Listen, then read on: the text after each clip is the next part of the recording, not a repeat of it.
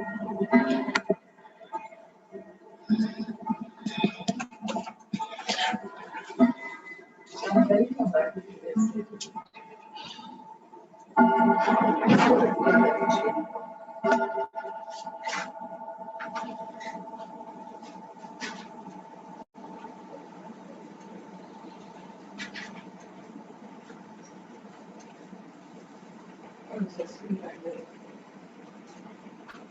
can tell me what to do. I can just listen.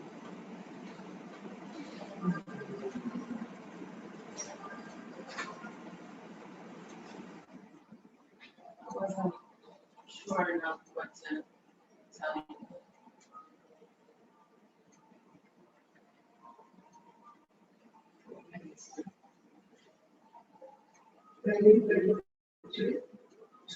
What did you say? I need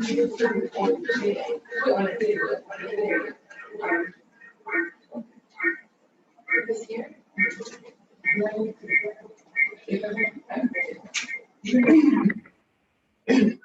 I see Sandra, Eileen, Anastasia.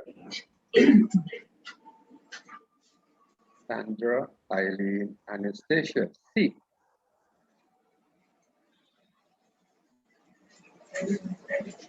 No response.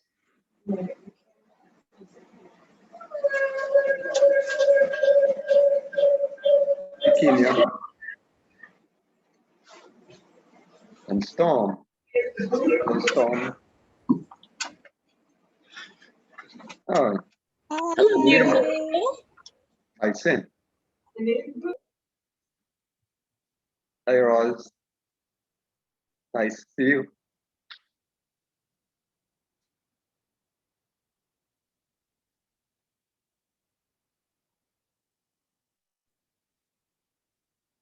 Marcia. Good afternoon.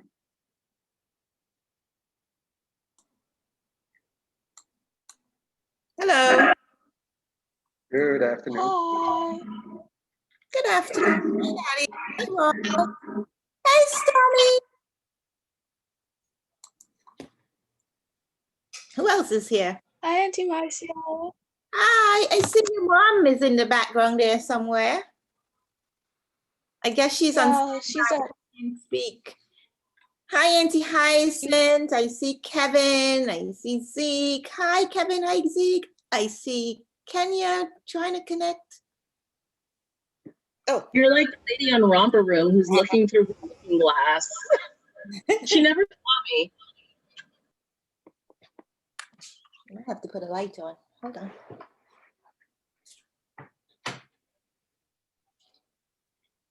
It suddenly seems dark in here. It wasn't when I first logged on earlier. Well, when I first got on the computer. Alrighty. I'm going to pause the video for a minute until the meeting starts. Okay, Roz?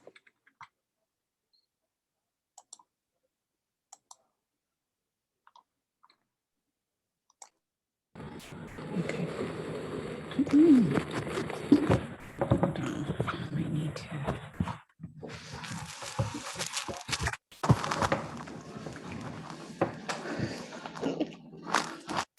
You can see.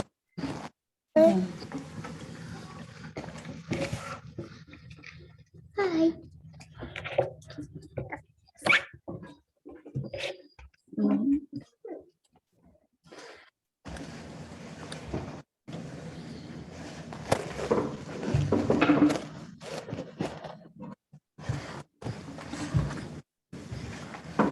Right, I'm just trying to.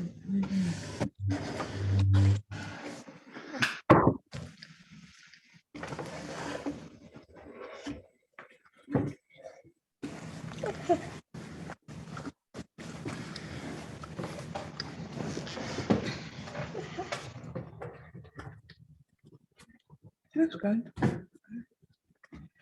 You see, that's why I want those lines.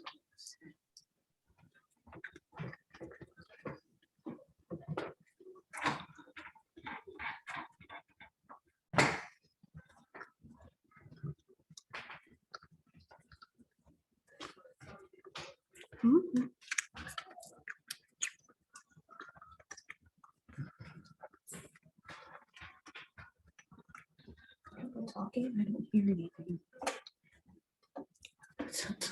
So it's just after 3 p.m. now. We're going to give people a few more minutes to log on in case they're having any difficulties. And we'll start with a prayer and I'll share our agenda. So maybe around 3:05 or so, we'll get started. Thank you for your patience.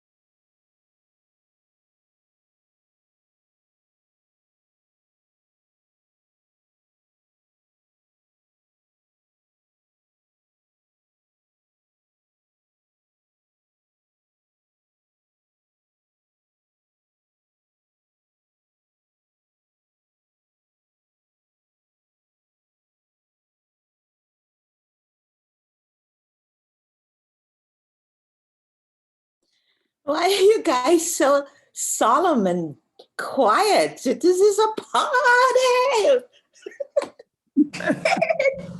We had a rough morning. Oh no, what happened? Hi, everybody. Hi, Ascent. Hi, Rosie. Hi. There's Yeah.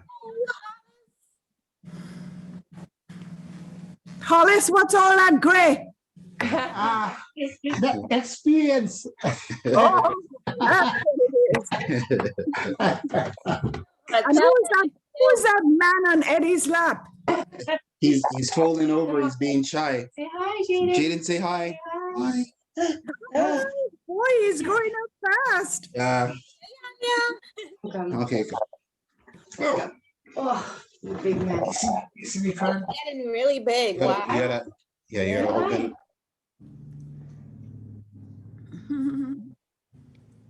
We cut in and out. Auntie said, did Micaiah go back already? No, that's the problem. We've been up since about 4 something this morning. Got to the airport. They're taking a long time to process him. Come to a long story short, they canceled the flight and didn't bother to tell him. So he would miss his connecting flight to Japan. And they had Jordan on, but they rescheduled Jordan for tomorrow, but didn't reschedule him. He says, you know, he's a minor. He can't travel on his own like that to Japan. And then the problem with the COVID test because of the time change. Oh my gosh, yeah. So now we've been running around all morning trying to get him up, and it's Sunday. All the places are closed. Right. Get a PCR test. So he went back. We'll start video. He just went back to the pharmacy to try to don't want to mess with. I don't like these phones. You know? Just stick to it. Why am I? Because they.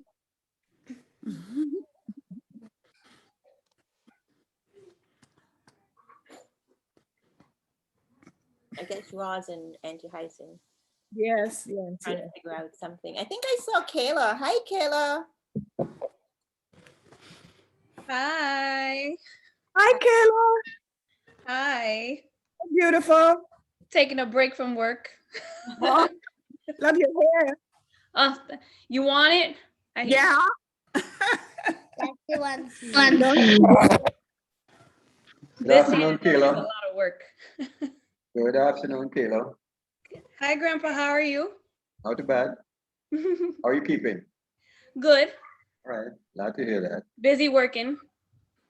Like Dad, always working. Yes. I tell him I get it from him. He tells me I need to take a day off. I tell him when he does, I will. I hope he'll come on to join us in a while. Mm-hmm. Okay. I plan on taking some time off starting next month, at least for the summer, because my husband will come home then. So he's been away for the past 8 months in the Army. So Okay. yep.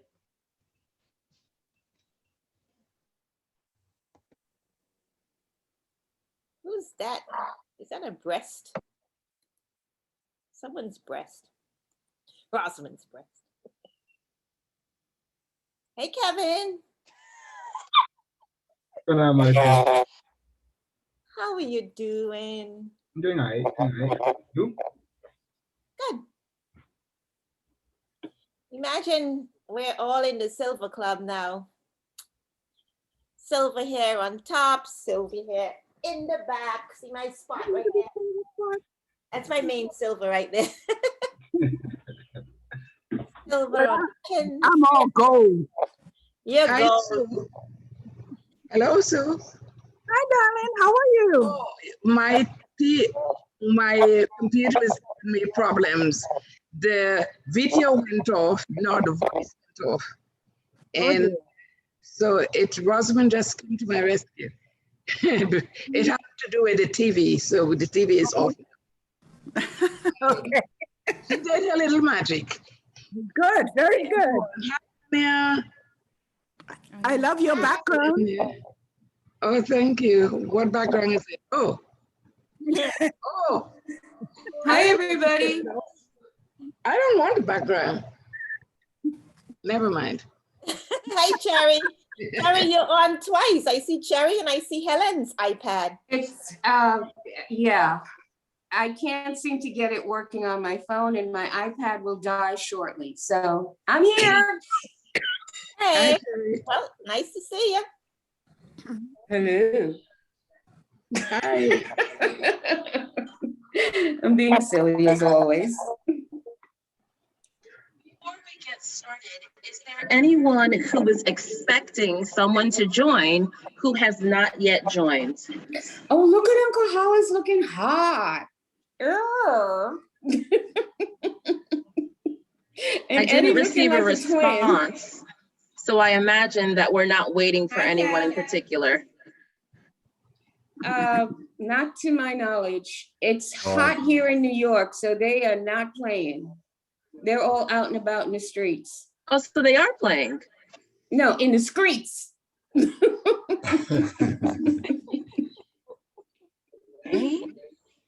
Hi, Uncle Noel.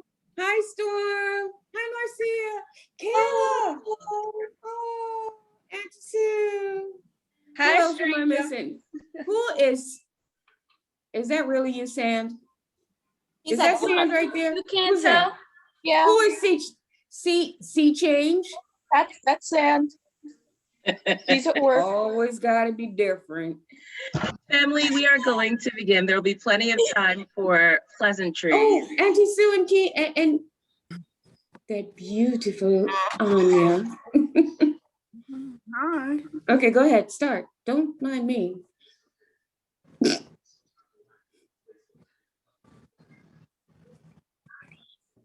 The wonderful Uncle Noah. Oh, one moment, please. Uncle Vernon's calling. Hi, Uncle Vernon.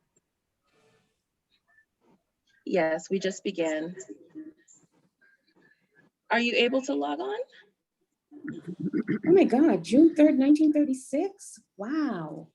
Okay, how would you like me to send it to you, as a text message? You better have Zoom. And you're using your phone, yeah? Okay, I'll send you a text message. Okay, I understand. I'm sending it to you right now. Okay, you're welcome, bye-bye. That was our sweet uncle. He is joining us. So I was just about to get started and turn control over to Uncle Noel so that he could lead the family in prayer.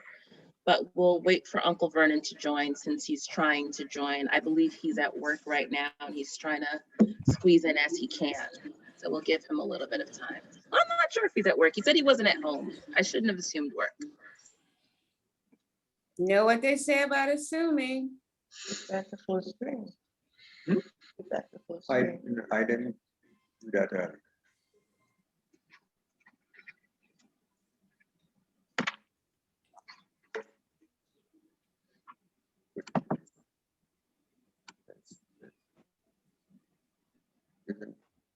Isn't full screen.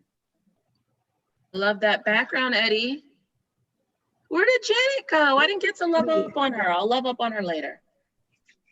She's watching Jaden, who's running around. So. Okay. Me too. Yeah. Almost. Hi, Kenya. Kevin, you're all by yourself. Yeah. I can't see Kevin. I'm glad you're here. Oh yes, he is. Kids are big now, so they're doing their stuff. Their own thing. I get it.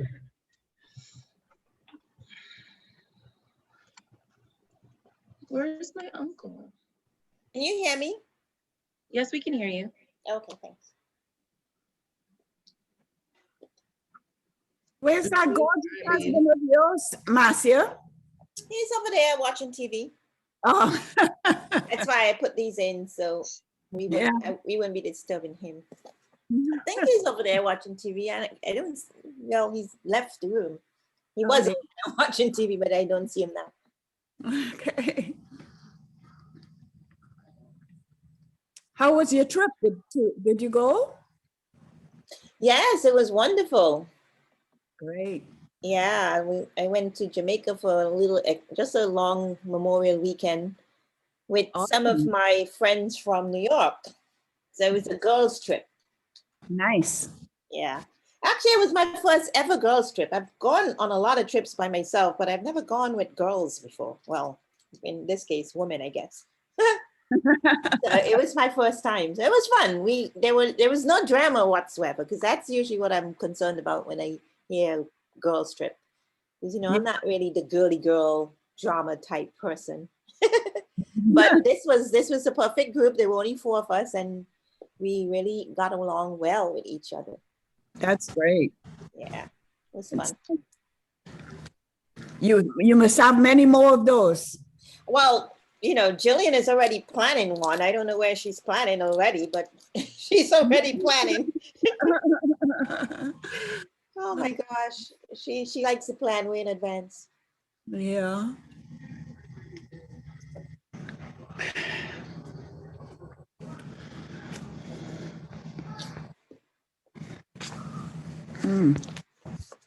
When are you heading back, Auntie Sue? I am supposed to be traveling back on the 26th. Oh, okay. Still have some time, loads of time. Hopefully Micaiah will get off tomorrow. I don't know how that's going to go.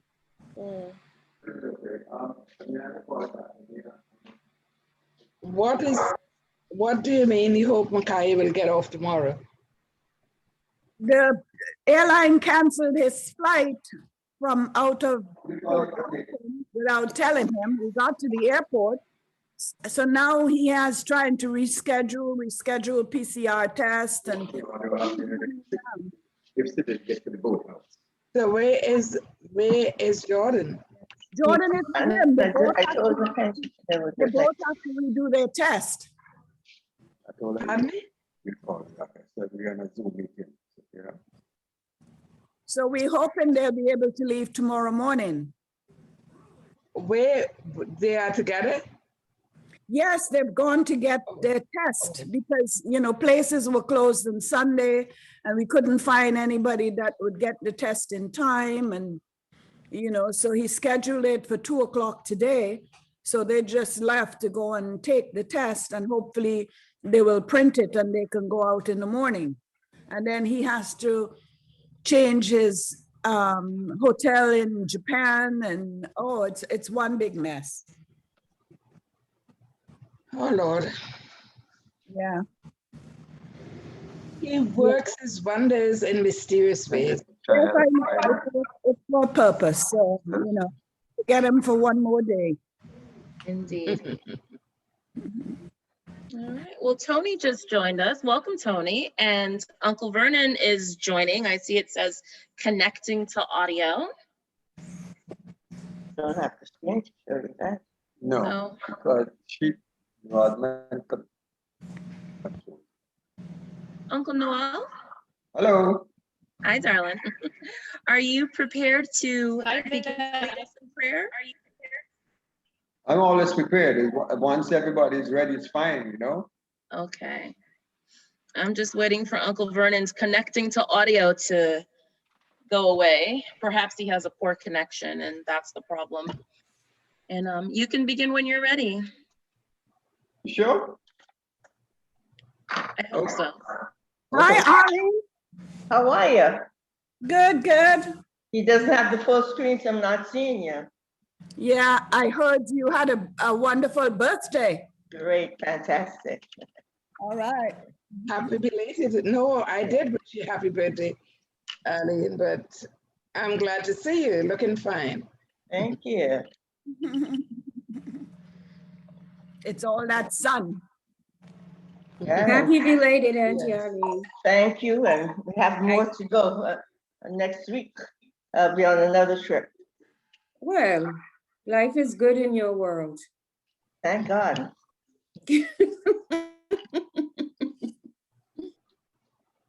Rosie, you could mute everybody else except me.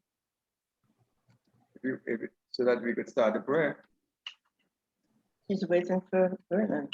No, she told me to go ahead. Go ahead.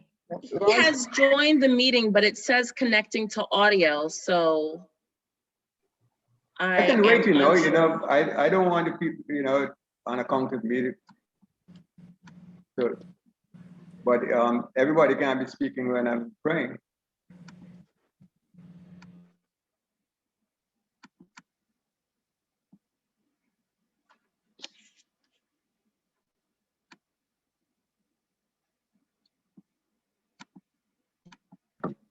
Okay, I'm unmuted now. Ready to begin? Yes, sir. All right. Family, friends, and well-wishers, let us pray.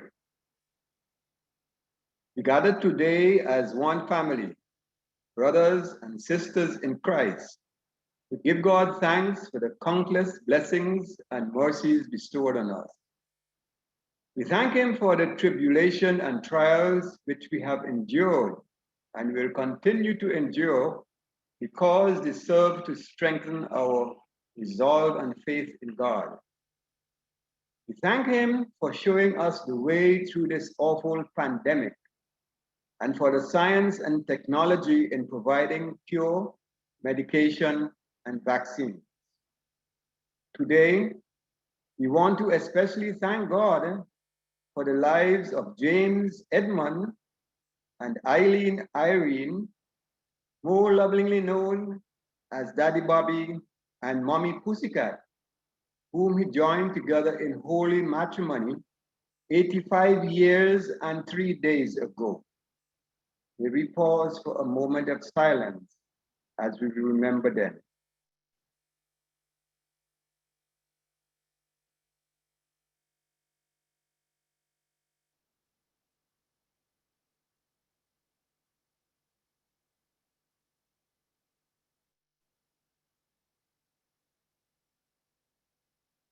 May their souls and the souls of all the faithful departed through the mercy of God rest in peace.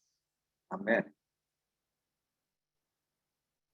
The lives and witness have not only been an inspiration to their 10 children, 5 of whom are still alive today, but also to their nephews, nieces, grandchildren, great-grandchildren, and great-great-grandchildren.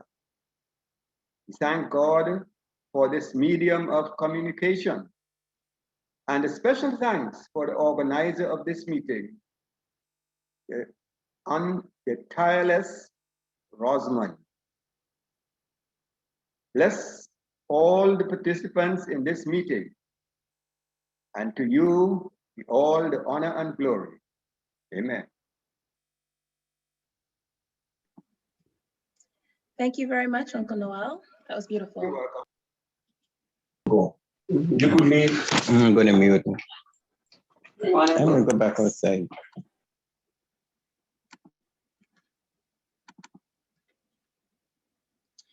So here is an agenda for today. It is subject to change. And I would like to welcome you, which I will in a moment. We're going to have some eulogy excerpts, some excerpts of what was actually said at the memorial services for Mr. James and Eileen Kirton. There is a tribute that was actually written by Auntie Patsy to her father, and perhaps one of her children would share that. There is a prayer that will be read by Cherry. Eddie and Storm will be reading poems, a poem that Eddie and Kevin wrote for Mommy Pussycat, and something that Sand actually wrote for Mommy Pussycat, and Storm will be sharing. Then everyone will have a chance to share their memories. Today we're remembering your parents, my grandparents, our grandparents, and all of their descendants who have departed and loved ones that have left us too soon. So when it is your turn to speak, feel free to share as you feel comfortable and any news that you'd like to share with the family. And then I will give you some closing remarks. So that's just a little bit of insight as to what you can expect. And I have something else to just one moment, please bear with me. I don't know why my device is not acting as I would like it to. So thank you very much for making time to be with us today. I know that we all lead really busy lives, but it's important for us to take time for ourselves and for each other. I have some very distinct memories from 35 years ago, when Mommy Pussycat and Daddy Bobby celebrated their 50th wedding anniversary. How many people make 50 years? They gathered their children, grandchildren, extended family and friends, and we shared in their renewal of vows before God. And we celebrated the Matriarch and Patriarch of the Kirton family with a fancy party, which I think may have very well been the most fun I had in my short 6 years of life. I think of them as well as their departed descendants today. We come together to honor them and our history.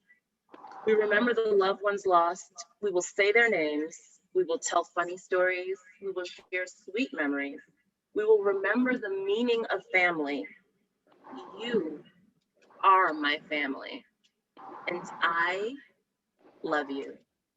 Now, I would like to turn it over to Marcia, and she will share some eulogy excerpts. Miss Marcia? Thank you, Rod. I'm sorry, Marcia, I muted you inadvertently. Something changed on my screen. I meant to mute someone else who was unmuted. Thank you. No worries. Okay, so I attempted to do excerpts from this obituary or these eulogies that were in the programs, and it's really sort of hard to pull out pieces that, you know, they're all important pieces, but I'm going to read as much as I can so as not to bore too much everyone, but you know, a lot of this stuff for some people may not be as fresh in your memory, so maybe it's a good thing to hear. So I'll start off with Mommy Pussycat. Eileen Irene Kirton, nee Billinghurst, was born on April 26, 1913 in Kingstown, St. Vincent and the Grenadines. As a young girl, Eileen became very active in community organizations and was a Girl Guide for many years.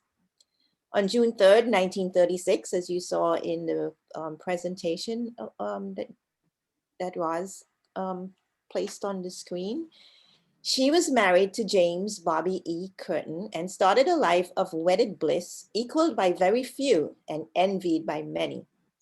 Their marriage produced 10 children, as you also heard earlier, all of whom survived her except her last son, Michael, who died in infancy.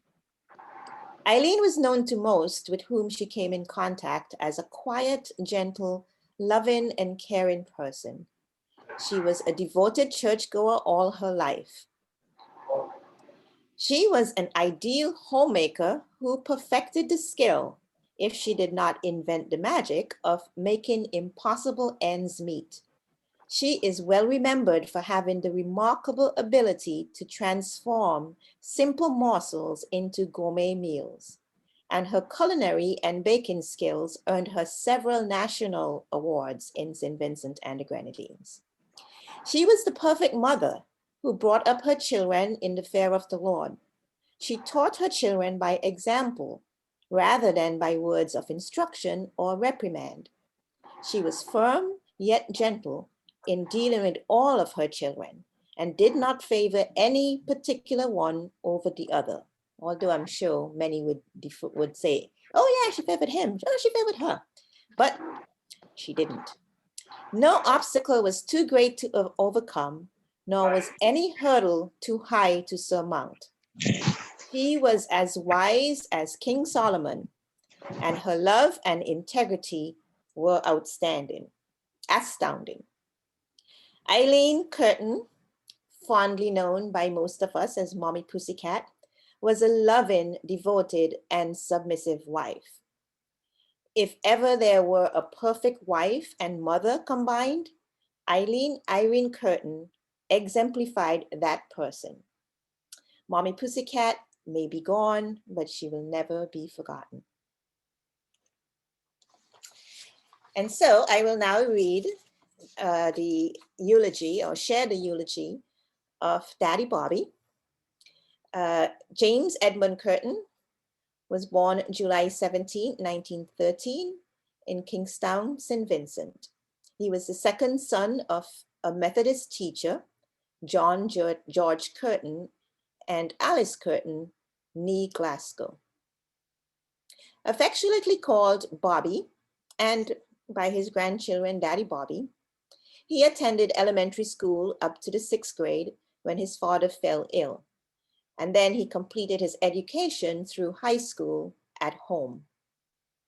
On June 1936, Bobby married Eileen Irene Billinghurst, and he and started a family while working as a courier for the Postal Service. In 1943, he migrated to Aruba, where he worked as a shipping clerk. 12 years later, Bobby moved his family back to St. Vincent, but remained in Aruba himself until 1961, when he rejoined his wife and children and went into business for himself. In 1969, both Bobby and Eileen, with their 4 youngest children, migrated permanently to the United States of America. In New York, he resumed his career as a courier and eventually a mailroom manager at Long Island College Hospital. Bobby was fond of cycling, playing the guitar, and reading. He so loved books that he read voraciously and maintained substantial literary collections in his home. Now, I may pause there to say that he had a huge Reader's Digest collection that I was in love with. And he had a Playboy collection up in the attic that I used to look at.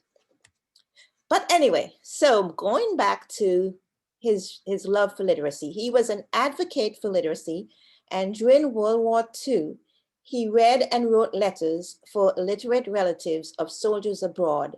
This was while he was in St. Vincent.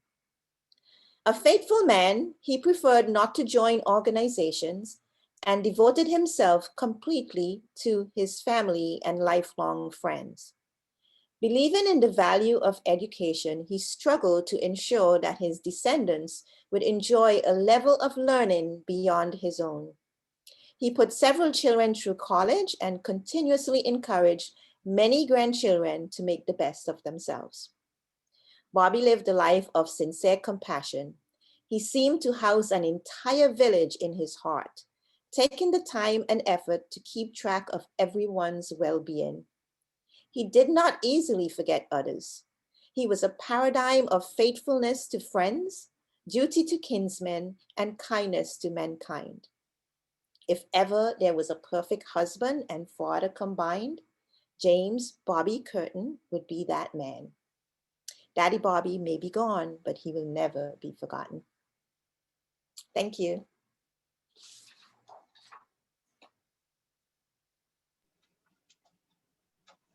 Thank you very much, Marcia. That was wonderful. I enjoyed listening to a reminder of who they were. And some people heard that for the first time today. There are some great-grandchildren on our Zoom. All right, so what's up next on our agenda? Cherry, I think you're up.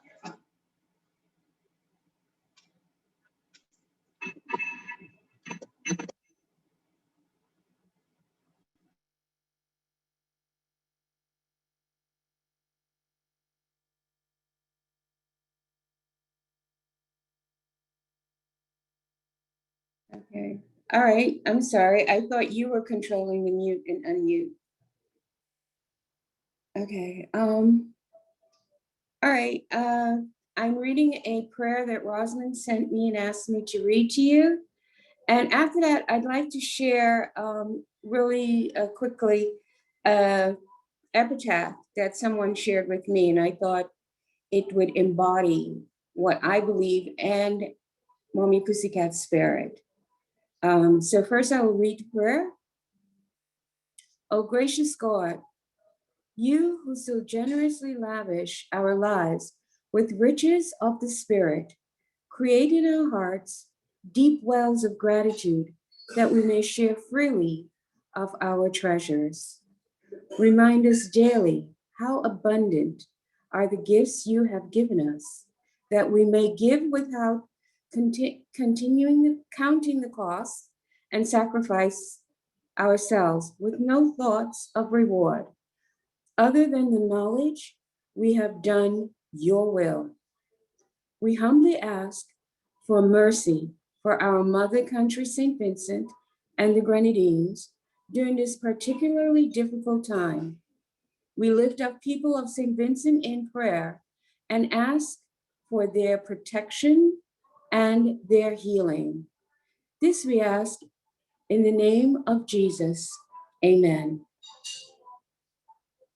And right now I want to just really quickly add to this an epitaph that was written by Merritt Malloy. When I die, give what's left of me away to children, and hold men that wait to die. And oh, I'm sorry, I can't read my own handwriting. I'll do it later. I don't want to hold up the time. I can do this later. Okay? Okay, that's fine. If you'd like to share the epitaph when it's your turn to share your memories and news, you're welcome to share it then. Thank you very much. Thank you. All right, next on our agenda is a poem from a young man. Eddie, you're up next. Kevin too, maybe. Okay. Hi, everybody. This is, oh, we got Jada in the background. Mommy Pussycat's time. Everything in this world happens at the time God chooses. God sets the time for planning and the time for rebuilding. He sets the time for losing and the time for finding. The time for throwing away and the time for saving. God sets the time for silence and the time for talk. He sets the time for love and the time for hate, the time for war and the time for peace.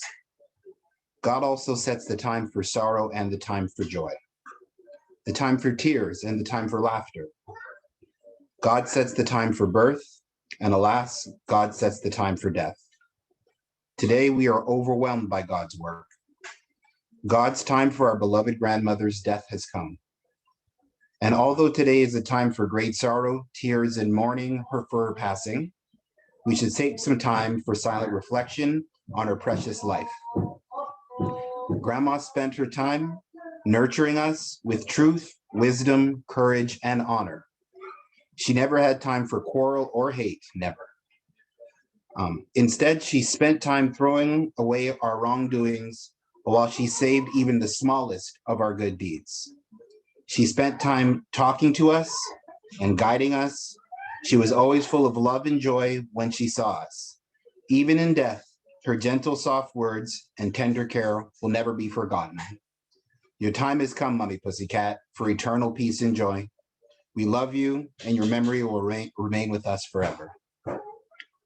And it goes without saying, I would have to, acknowledge my mom, who definitely helped my brother and myself. If this was a group project, she took the lead on that, so to speak, right? So Kevin and me definitely had some input, but this was definitely my mom's brainchild. So I just definitely would like to share that, and she should have some credit for this fabulous poem.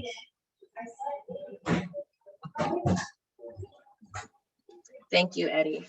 I was going to apologize for not giving Kevin credit at first, but I didn't know how much your mom had to do with it. And now that you say it, it seems painfully obvious. How could she not have?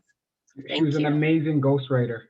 I love that picture. Put that back on the screen. Kevin, speak. I want to see it again. Where are you? There. How about that? Is that better? Oh gosh, I love it. That's a great picture. Yeah. It is. Can you please share that with us? However you sure. like. Thank you. I'll send it in the chat. Thank you very much. Up next, we have another poem that was written by someone who was once called Sandra Eileen Kirton, Sands. And her beautiful Storm is going to share it with us. Storm, you're up.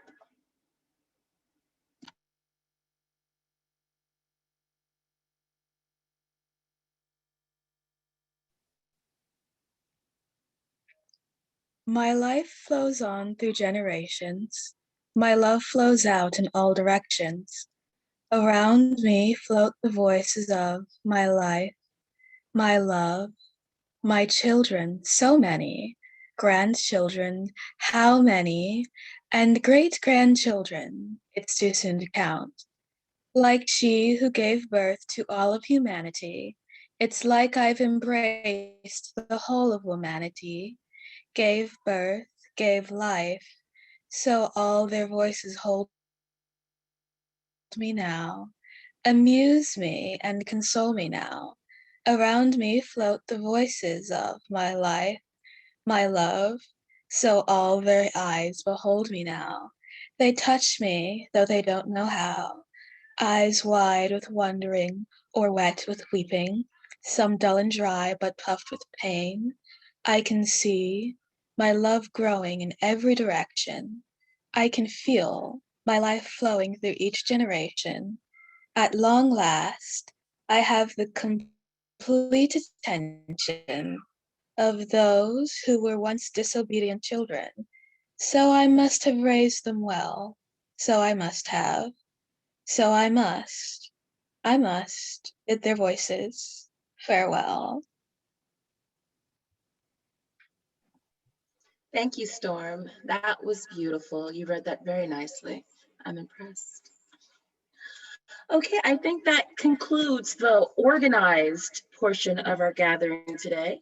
Now it's time for sharing. I have decided that we are going to honor our less youngers, not elders, right? And allow them to go first.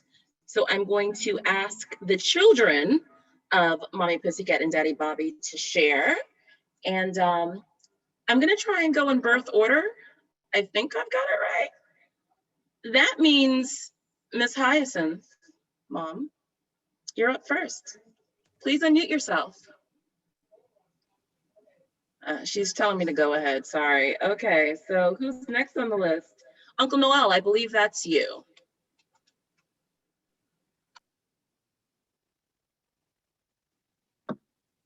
Yo, ¿por qué yo?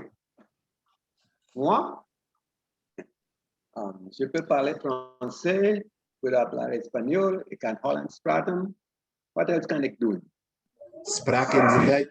Yeah. Well, it's nice to see you all, first of all. I give God thanks for all of you, for me being here, for Ali being here this moment. You know, we're going through some very rough times, but we'll all come through it. It's a lot to remember and to talk about. And how many days we got? 5 minutes. 5 minutes. Yes, and I can't say all I really want to say, but at least I can say I appreciate their love, their kindness, their caring. You know, it's been, I don't think there's another couple that I can recall that has been married to each other for so long. You know, they never left each other. And they remained married until Mommy Pussycat died. So Daddy Bobby, in his own way, was a very caring person himself. And their kindness will always remain in my mind forever. And I'm thankful for having been their son, one of their sons. May God bless them. Amen.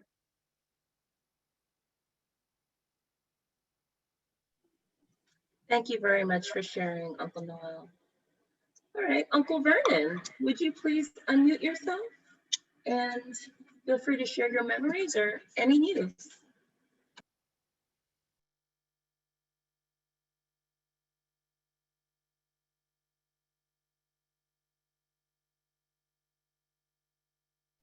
There's so much I can say about my parents.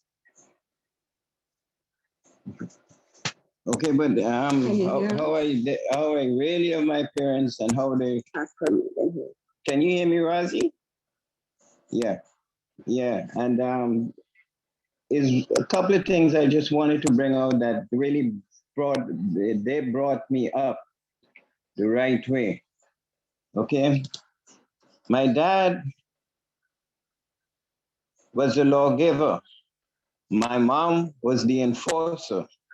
So you better, now that's what brought me through. You did what they told you to do, or else you're gonna get the whipping.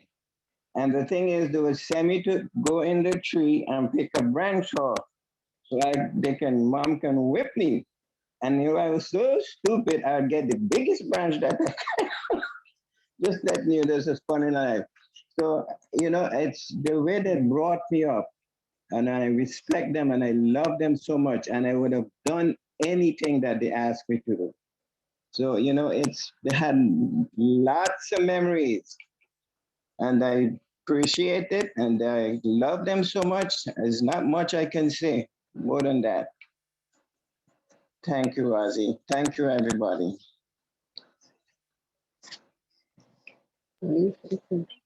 I appreciate that. I couldn't imagine picking the biggest switch. That's just how well they raised you, I suppose. Okay, I don't think there are any other siblings on the line. Oh, I forgot my Mommy Sue. Mommy Sue, Auntie Sue? Yes, you're up next. I'm up next.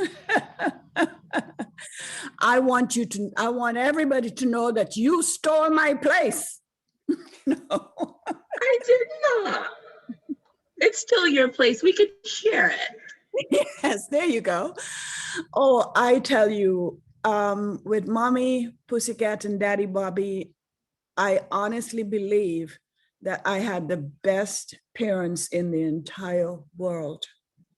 They were so loving and set such a wonderful example that throughout my life, even after they're gone, I still try to emulate what they have put in me. You know, I love, even just this past week, I told my daughter how I respected, God has order in everything. And in marriage, he has order. And I respected Mommy Pussycat for respecting that order of letting Daddy Bobby be the head of the household and respect his position in the home. And she would always try to please him or honor him in a respectful way. And I noticed that in my daughter with her husband. Now, me and my rambunctious self, I would have said, listen, I'm going to do it my way, you know. But she showed me that she had some of the qualities of Mommy that I saw in Mommy Pussycat, and I just complimented her. Was it yesterday? On that, just recently.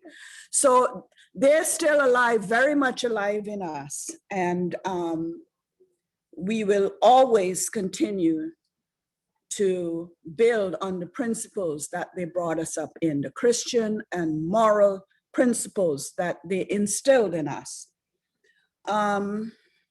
I also have a request to make. I have taken up, what is it called? Diamond art, gem art.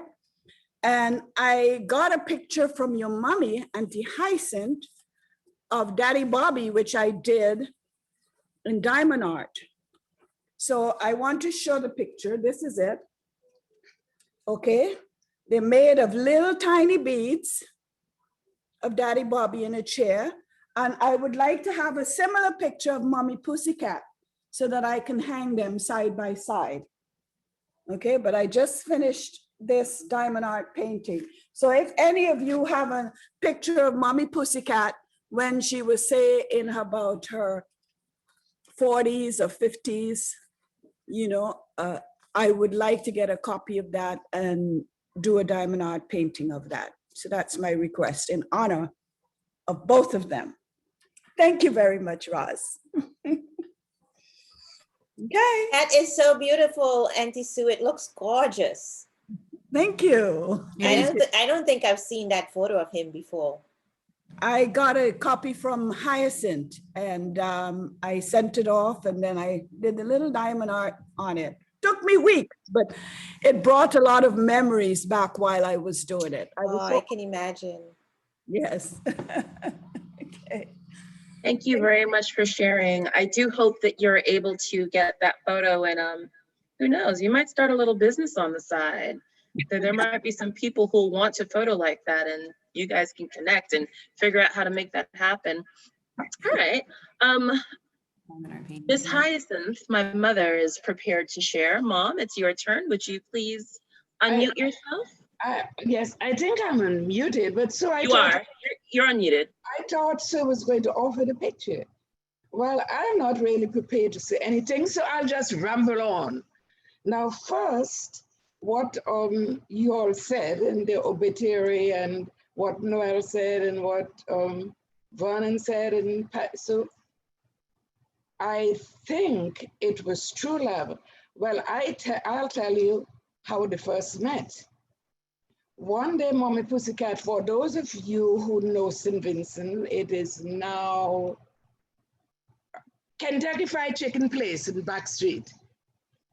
The Josephs lived there at the time, and my grandmother, whom I don't know, my Mommy Pussycat's mom, she was working with them. She was their cook.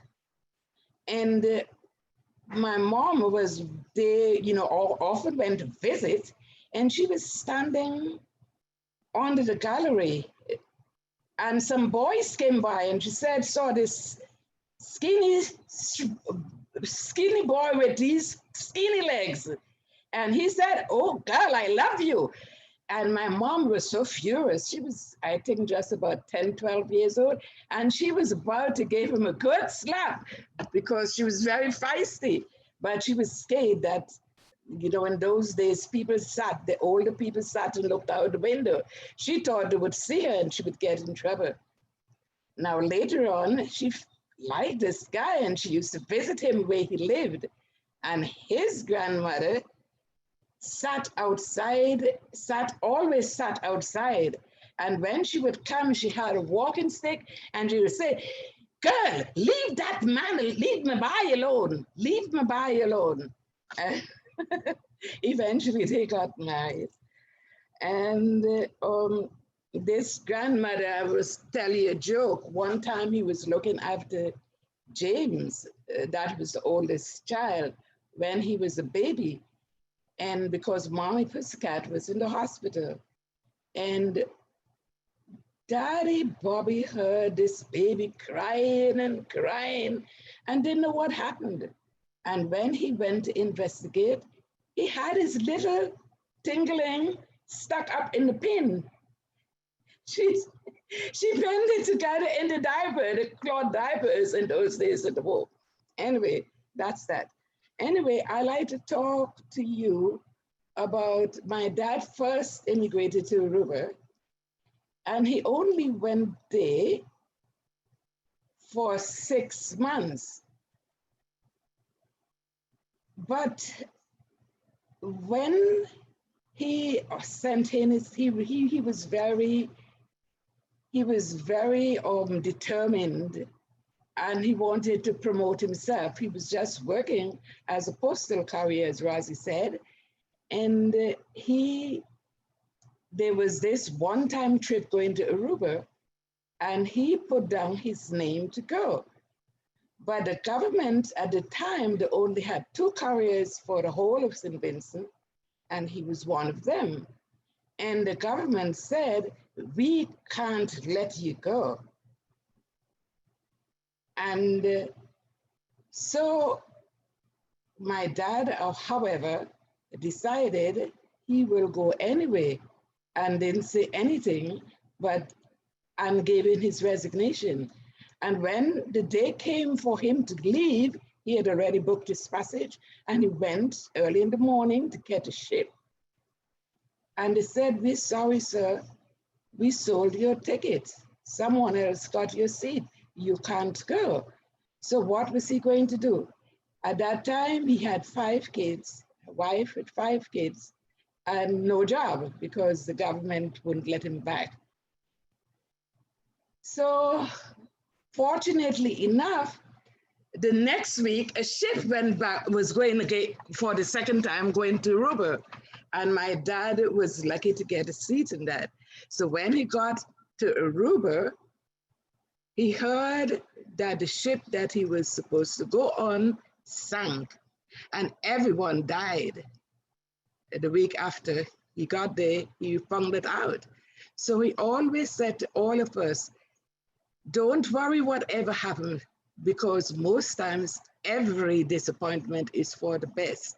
And he always lived by that, and he always told us, if something happened, don't worry, God knows what he's doing. Anyway, about 4 or 5 years later, he was ready. He told Mom that, "I'm going to work hard to try and save money so that you can come to Aruba to bring the family up." And Pussycat said, "Never mind, I have the money saved." From whatever he sent her, she was able to save that passage for herself and her 5 kids to go to Aruba. So while we were there, I'll talk about Aruba now, we didn't know anyone. No, there's no family or anything. So my mom managed. She was very careful. She was, we never went hungry. There was always food in the house. There was always food to give anyone who came to the house. she would find odd jobs like baking. She was good at cooking. And on Wednesdays, she would have a big basket of goodies, which Noel and sometimes Vernon went with him and sold. So we always had money to go to the movies on a Sunday, you know, from what she earned. So that she's very resourceful. And they were very strict. There was a lot of discipline in the house. And according to what Marcia said in the obituary, she had no favorites. Well, Marcia, I'm going to tell you, she loved the boys more than anyone else. The boys were always first. So maybe not you would say, Mom, who do you love the best? I don't have any favorites, but it was the boys. And Daddy Bobby, his favorite was Suzette. I knew you would have something to say about it. I know, she could never do anything wrong. When I left earlier in my early 20s, I went to England. And when I came home to visit, when Suzette was in New York, I couldn't believe my eyes. She ruled the house. She told Daddy Bobby what to do. And I heard him saying one day, oh, Suzette, she has to get up so early to go to school. And that was about 8 o'clock. And I looked and said, Daddy Bobby, what do you mean she had to get up early? I had to be out to catch the bus by 7. And before we caught the bus, we had work to do. One of my jobs was Coleman Junior here before I went to school. And we had to fix our own lunches, because we, lived, it was a good distance from where we lived. Daddy Bobby believed in education, so he tried to send us to the best schools. There were Catholic schools in which he had to pay. So, what was I going to say? Yeah, I lost my thought. Good.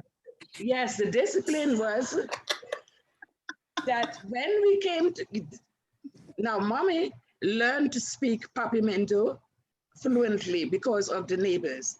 Daddy Bobby tried to learn on his job, but he decided not to because my dad, he was very sort of naive, like, he believed things he trusted what people said. And these guys that he worked with told him he at that time, early on, when he just went, he wanted to learn. So he said, go and ask the secretary for a pencil. And they wrote it out and told him how to say it. And he went to the secretary to ask to borrow the pencil, and the secretary gave him his big slap because what he asked wasn't nice. And after that, he decided never, ever to learn the language. Can I tell you the words in Papiamento that he said? Yeah, I can tell you. You go ahead. Nami poco pushi. Yeah, Dunami poco pushi. You know what is a pushi, right? Okay, no, I don't know. I suppose we can imagine. I can imagine. It sounds like he wants to nyam something. Anyway, but when we came to the table, we had to speak English. And if we slipped up, we all spoke Dutch or Papiamento, always, 2 languages in and out of them. But when we sitting at the table, we always had our meals sitting at the table as a family together with the grace being said first, etc., etc. We could not slip up. But later on, we stopped speaking when we returned to the St. Vincent because people say, oh, they're talking about us, and people thought it was disrespectful just speaking among ourselves. So, my daddy never learned any Dutch, but Mom Pussycat, we could speak. And she understood Dutch, but she didn't speak it. but you spoke Papiamento quite fluently. So that's it. We all had to do our shows when we went to St. Vincent. The older ones had to take care of the younger ones. And she went and she learned how to do hairdressing. And, you know, like like 1 week, I will be the two older girls. James had gone sailing. The two other girls, the two older girls, 1 week, one will have to oversee the cleaning of the house before we went to school. We will have the little ones dusting. Everyone made their beds because remember, it's one person with 10 children, or at nine at a time. And the other week, either Patsy did that or I will do the breakfast, fix breakfast before we went for the whole family. So the boys was Noel and Vernon and Ronald. They were responsible for cleaning the outside, and we had chickens in the yard, and they had to wash the whole place down, clean the yard, scrub the gutters, all before we went to school. So there was a lot of discipline, and we had to be respectful. I think I mentioned the day I said bottom, and I got a good beating from my mom for it. Through Noel, I will never forget that. I learned this is in Aruba, what bottom meant rather than what it was that it meant your butt. And we were playing together on the floor. We were just kids. I was about maybe 9 and 8 and 9. And I said, "Oh, Noel, I can see your bottom foot." Mommy, Hyacinth said, "Bottom, she can see my bottom." What? Oh, good, baby. But, they were very nice and they were very kind. I remember one time, the best in school were Patsy and Noel. They always came first. The first year we went to St. Vincent, Noel was last, came second to the last in the whole class. And the second term, he was number one, and he was always number one throughout his schooling. So one day in Aruba, I don't know why, but I failed the class. My sister and I, Patsy and I were in the same class, and she didn't think I should fail, and I didn't think so either. But instead of getting into trouble, my mom baked cakes for Patsy and Noel, and she baked me one, and I can remember it to this day. I felt so happy that I felt that I didn't deserve it. But, never ever were we hungry. One day they didn't have, and there's no any day that there was nothing to eat. So we are very blessed, and I thank my parents and everyone else. And I certainly look and I see how well Eddie read that poem, and my Storm is beautiful. She just taken after, she's like a poet, like a mom. I can see that. And, I know that there are a lot more talent among the grandchildren. Some I have heard of. And the great-grandchildren, yes. My dad always believed in education. He wanted me to become a doctor, but, I couldn't do it because I didn't have the background in my education. But I'm very grateful and thankful to them and to all of you, to my nieces, my daughter also, for all the talent that you are exhibiting all the time. Sandra, I like to hear some of your poems. Sandra, I'm sorry, I'm still used to calling you Sandra because I have not been around long enough for the sun business. But Yeah, I got too much sand on the beach, so I like the sand rock. Yeah. Yeah. So that's it for me. Thank you very much. That We enjoyed was, the stories. Thank you. it was enjoyable. A lot of information, especially for some of the younger ones who may have never heard some of those stories. I enjoyed them. Okay, so Ross, can I yes, add something? I know my turn of course. when, about resourcefulness, and Mommy Pussycat's and her resourcefulness. And she used to make things stretch. And one thing I remember that stuck in my head for a long time, she's an excellent baker.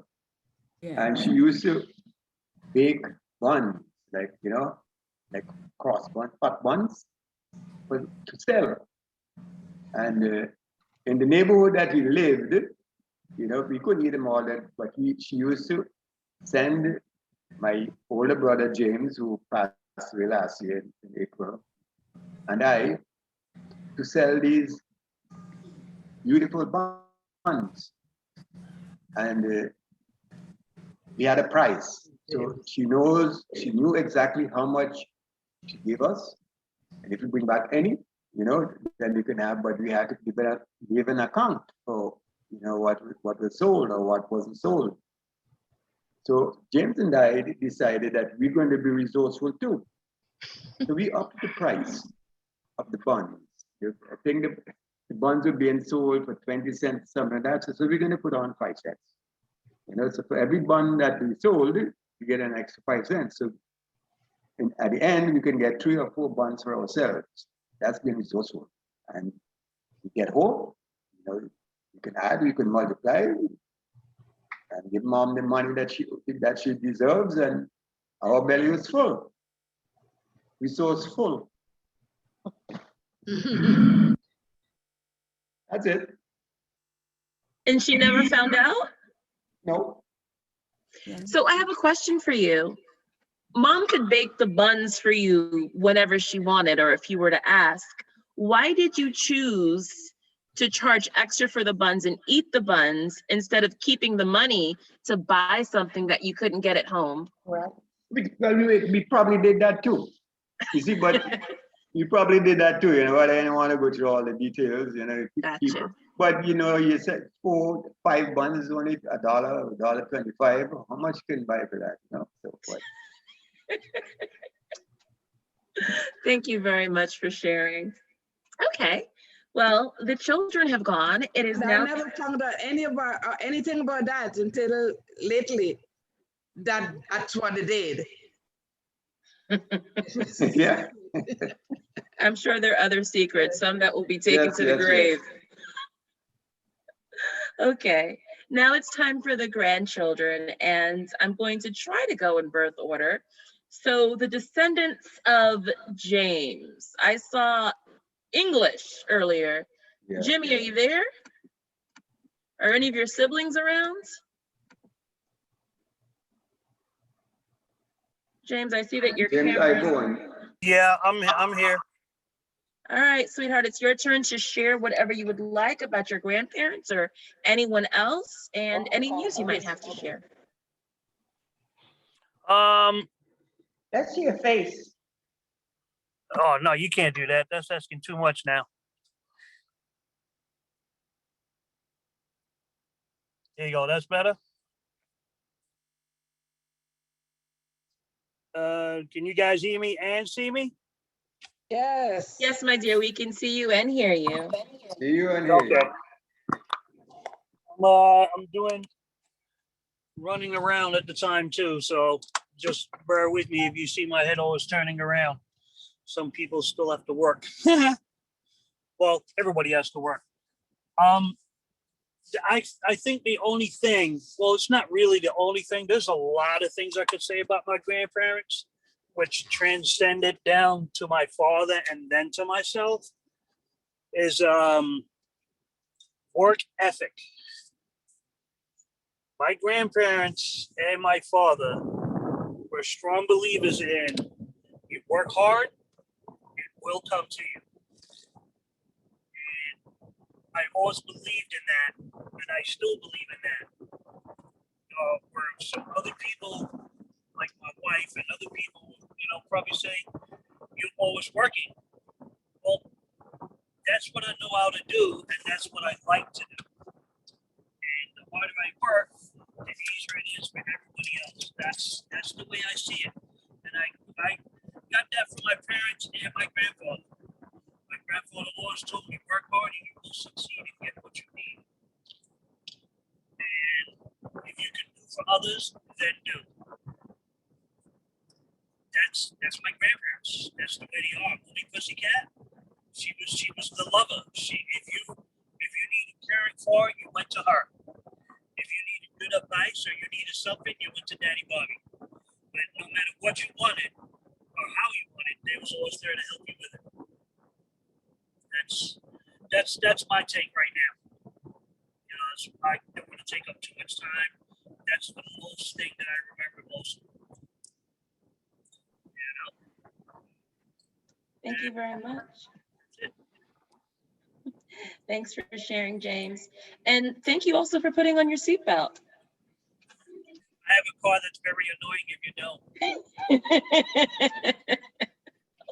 All right, James, I didn't see any of your siblings. I'm guessing they didn't join. There is someone on named Zed. I don't know who Zed is, but we can move along. So I will then go to the descendants of Patsy. Cherry, I know you're here. I didn't see any of your siblings, but Cherry, you're up next.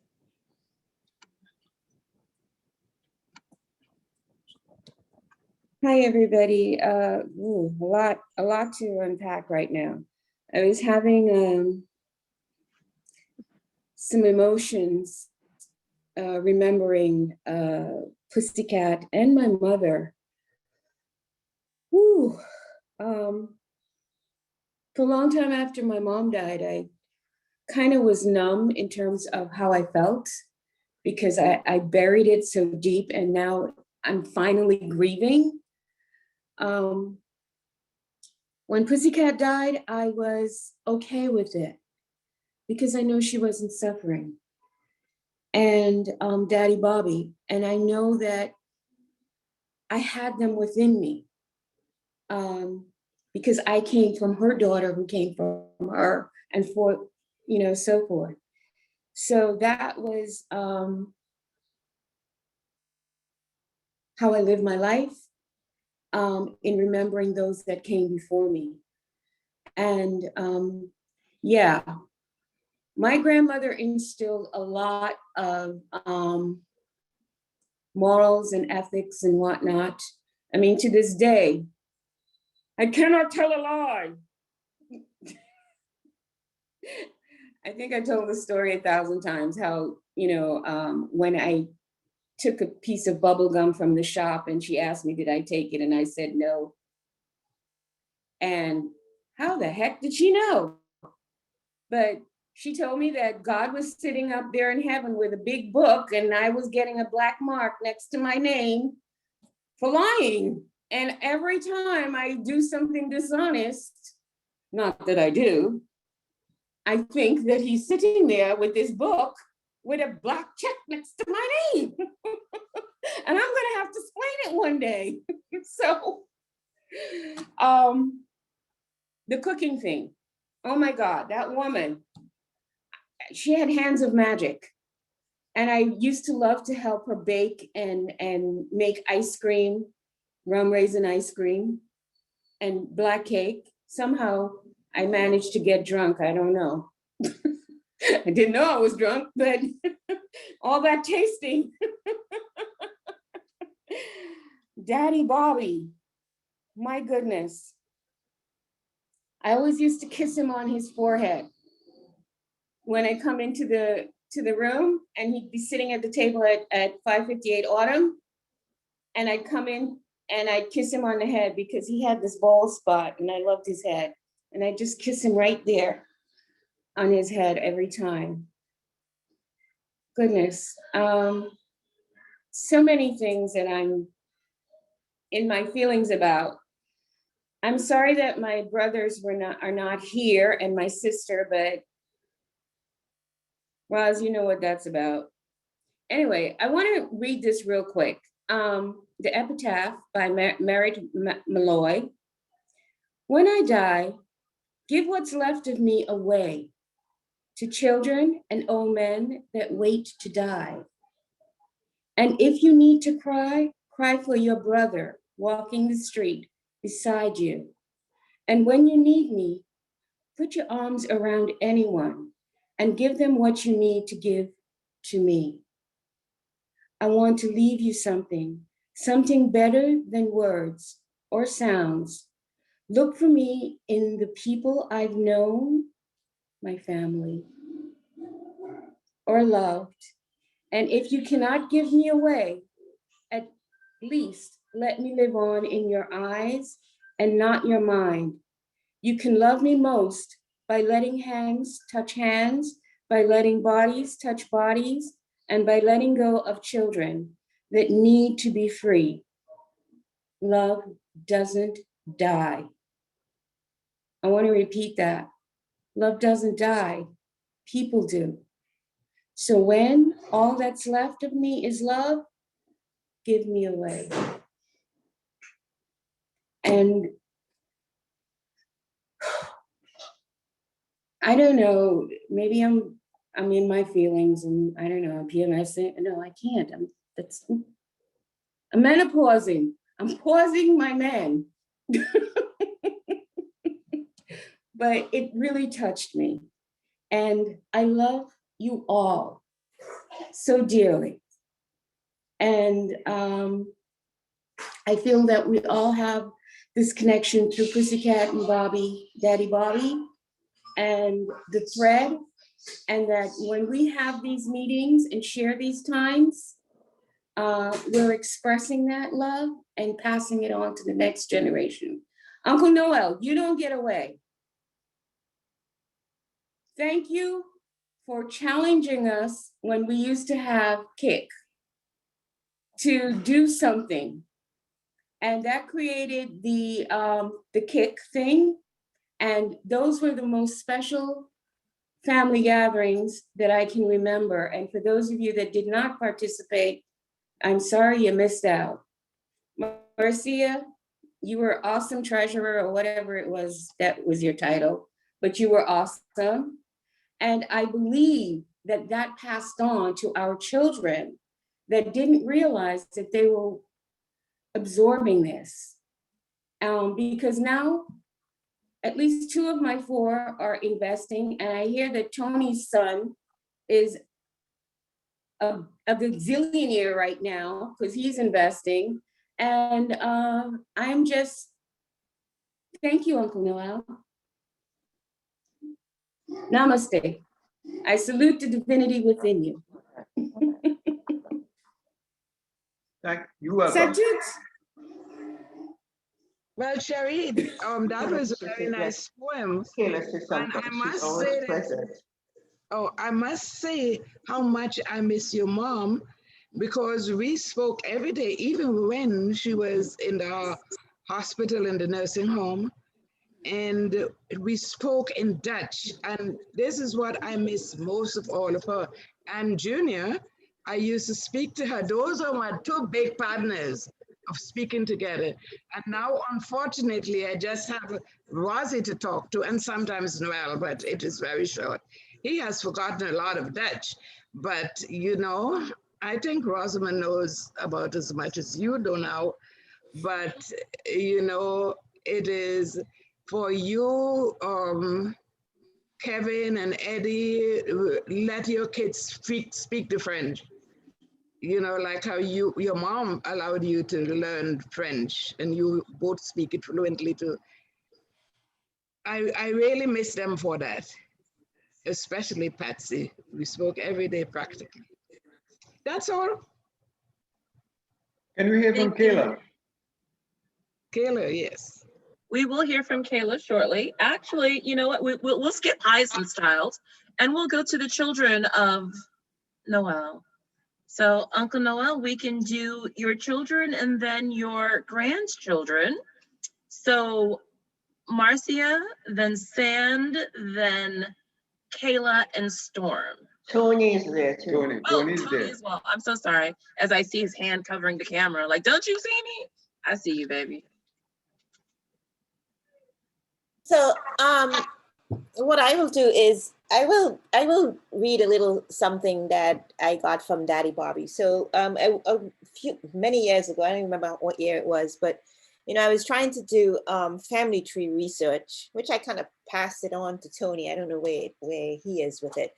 But at the time, Mommy Pussycat had already passed and Daddy Bobby was in the hospital.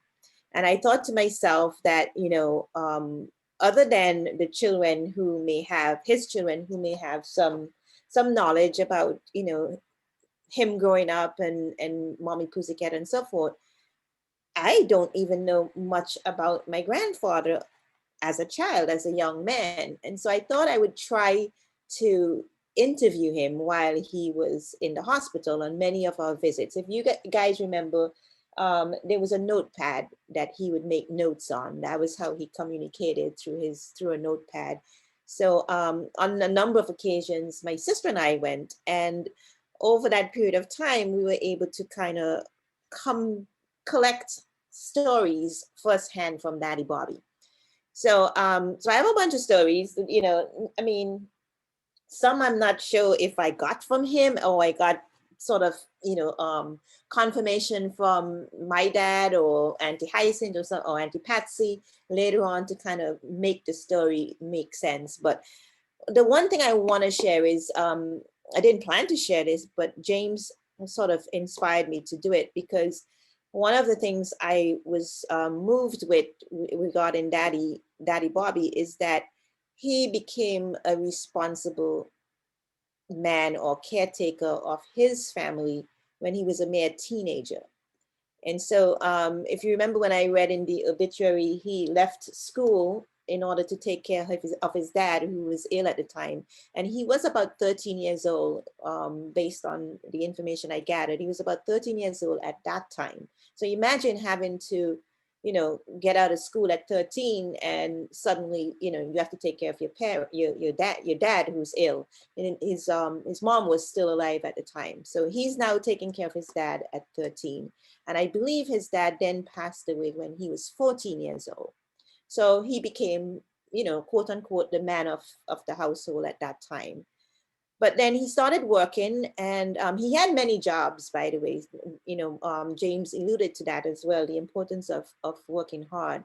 Daddy Bobby had many jobs. And this part I want to talk about is, while he had one of his first jobs was working with a pharmacy called NB Cropper Pharmacy.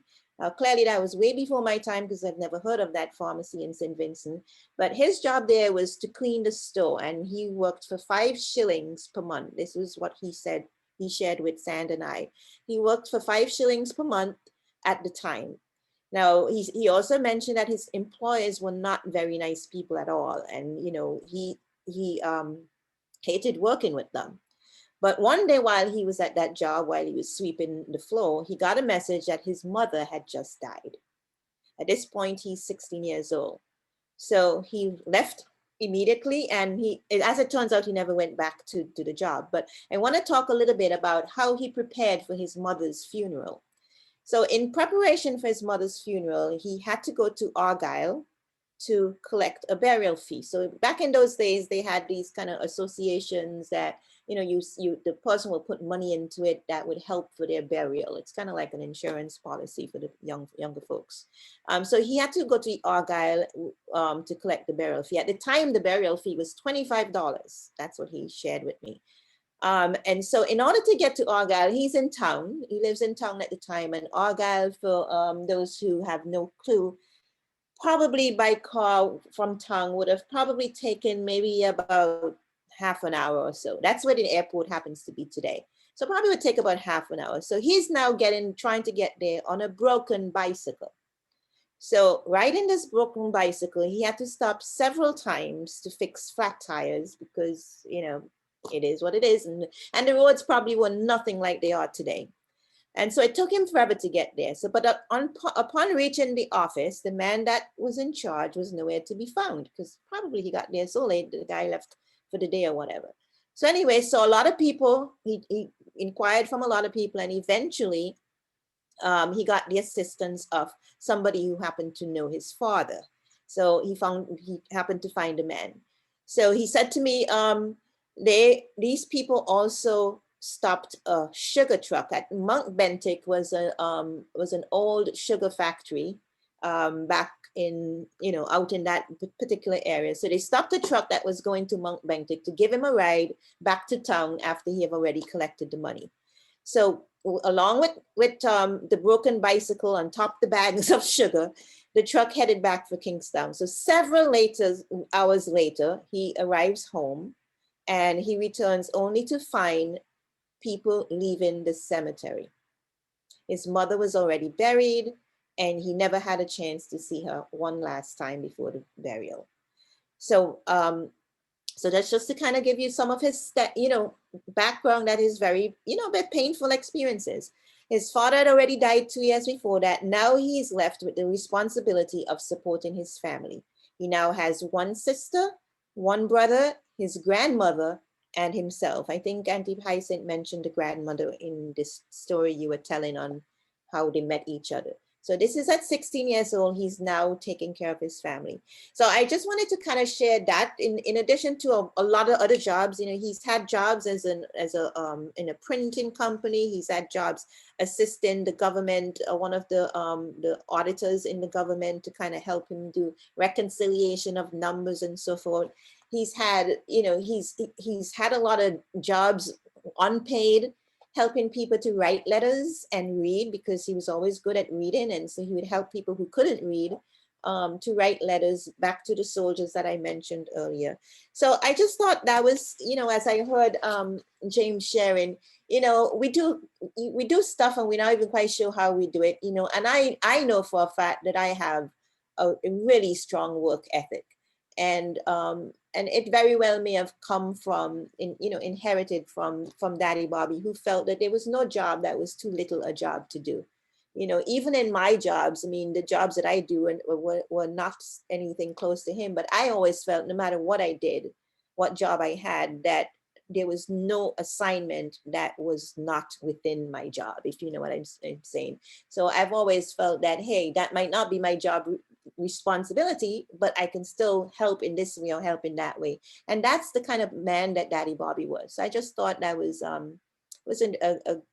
good reminder for me and for the rest of my cousins and the younger ones on how it's important to have good work ethic.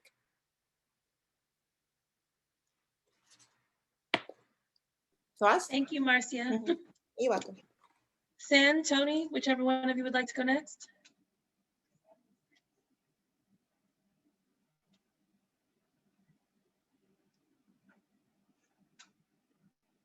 Sand is next. Tony's the baby. Perhaps Sand is busy with work. I know she's working today, so perhaps Tony, you can go ahead and we can check in with Sand afterward. Yeah, I don't think Sand can speak. She's on the job. Okay. She says she was just listening in. Yeah. I'm on the job too. Oh.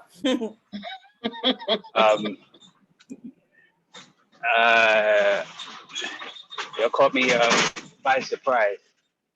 Sorry about all the noise and stuff jiggling around in the background. Can we see your face, please? I don't know. Can you? Where is my face? Okay. I see it. It's right there in the camera. But hey, good I'm looking. driving. So. Hey, how you doing? Okay, yeah. Daddy Bobby, I remember that man playing lotto religiously. How you doing? That's true. Tony, you're looking cute. I'm sorry, Tony, that's my fault. I inadvertently muted you trying to mute the caller who had called in and was speaking. Please unmute yourself if you can. Yeah. How about now? We can hear you now. Thank you. I'm sorry about that. Please continue. Okay. Yeah, I was saying that man, Daddy Bobby, he played lotto. Move, man. He played lotto religiously, and every time I saw him, he would always ask for my birthday, figuring that if he got the lucky combination, everybody's birthday, he'll hit the jackpot. But unfortunately, years and years and years playing, he never did.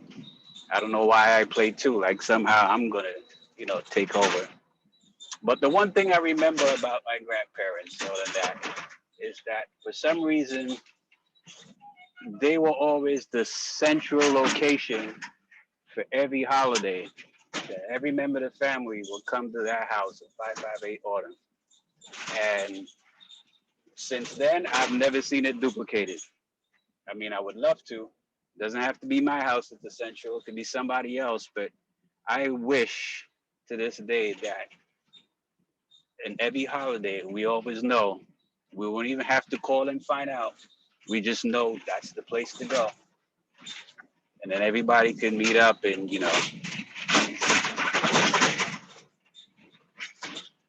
no one did it like they could. So that's all I got. Thank you, Tony. I just noticed Otis joined us. I spoke with Otis earlier today, and he's sneaking away from work for a moment. So I'd like to give him an opportunity to speak while he can, since he's here, and then we'll continue. Otis, please unmute yourself. Your Curtin's making some money. Everybody working on a Sunday? I get my work ethic from you, Dad. Mm-hmm. Otis, are you able to unmute yourself? Perhaps he is still busy at work and he's just online. So we'll continue. And Kayla, I just saw your beautiful face. You're up next. Well, as Otis was talking just now, that was him who said you couldn't making loads of money. I think that was Dad. It wasn't Otis? Oh, okay. Yeah, that was me. Okay. You all sung alike. Wow. All right, Well, Kayla. Like my mom always tells me, I'm just like my father. I'm working on a Sunday. I don't take no days off. So I guess I get where I get the work ethic from. And the baking, at least I can pinpoint where I get that from. So if anybody has any of her recipes, I would love that. Would really, really love that. I have very vague memories of Autumn Avenue. I do remember plenty of family holidays growing up. I tell my kids this all the time. I tell them about Kwanzaa and the big family gatherings in Long Island and Auntie Patsy's house and the food and the games. And I remember recently we went to go visit my dad and we all sat around playing Phase 10. My kids didn't partake, but I know that's a big family game for us. And I won, as usual. And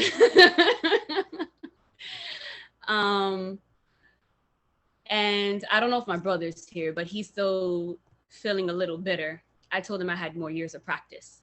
So I was groomed from very, very young to be very competitive in games and always put my best foot forward. And like, as I'm listening to all the stories, it like makes me think like, wait, that's where I get it from. I get this. Oh, look, I saw Phase 10 pop up. I say a family reunion and we have a big competition going on. And school, working hard. I know growing up, like my mom instilled it in me, but it was like, I think one of the biggest things was my dad instilling in me and not disappointing him, because I'm a daddy's girl, hands down. And it's like, I like listening to the stories, it's like, I don't remember Daddy Bobby as much. I don't remember Mommy Pussycat, but like, I wish I could remember. But listening to your stories, I can actually, like, I'm visualizing it and I'm like, wait, I think I was there for that, but I don't remember if I was there for that. I think I was in Autumn Avenue for this celebration, but I don't know. Like, I don't know if it was either pictures or, you know, me running around, probably chasing behind Rozzy or something, but I remember some things, but like I wish we could have that sense of family and celebration and stuff like that now more so than ever, because like I have kids now, and like my daughter just walked in and like she can only recognize very few faces on here, where like me, I recognize mostly everyone's face on here. Tell us about your kids. How old are they? What are their names? Not everybody knows. Well, Anaya, she's 14. Yeah, I know, shocking. Yes. She's about to graduate from 8th grade, about to go to high school next year. I don't know how to handle a teenager. We're completely opposite. Completely opposite. And then my son, JV, and he's 10. So he will be in the 5th grade next year. So yeah. And I'm gonna wrap my stuff up and pass it along to one of my siblings. I know one of them are on here. Thank you, Kayla. Amaryllis, do you have anything you'd like to say? You can introduce yourself, share some news. Well, I don't really know much about my great-grandparents, but let's see your beautiful face, Marvelous. Hi. Yay. Autumn Avenue always seems like such a fantasy place that I've never been to, but it's always one of the most talked about places when my great-grandparents are brought up. And yeah, it just seems like one of the places you wish you could have, where everybody's like always together. And especially during like this pandemic, it seems like such a warming feeling that if you've experienced it, it's very good to keep near you. That's it. Oh, and when we did play Phase 10 with Kayla, I think like when playing Phase 10 with the family, it really does bring out how competitive everybody is and how close, like even if you're not close to each other and you live very far away, you don't spend many moments with each other, that competitive spirit is definitely passed on through everyone.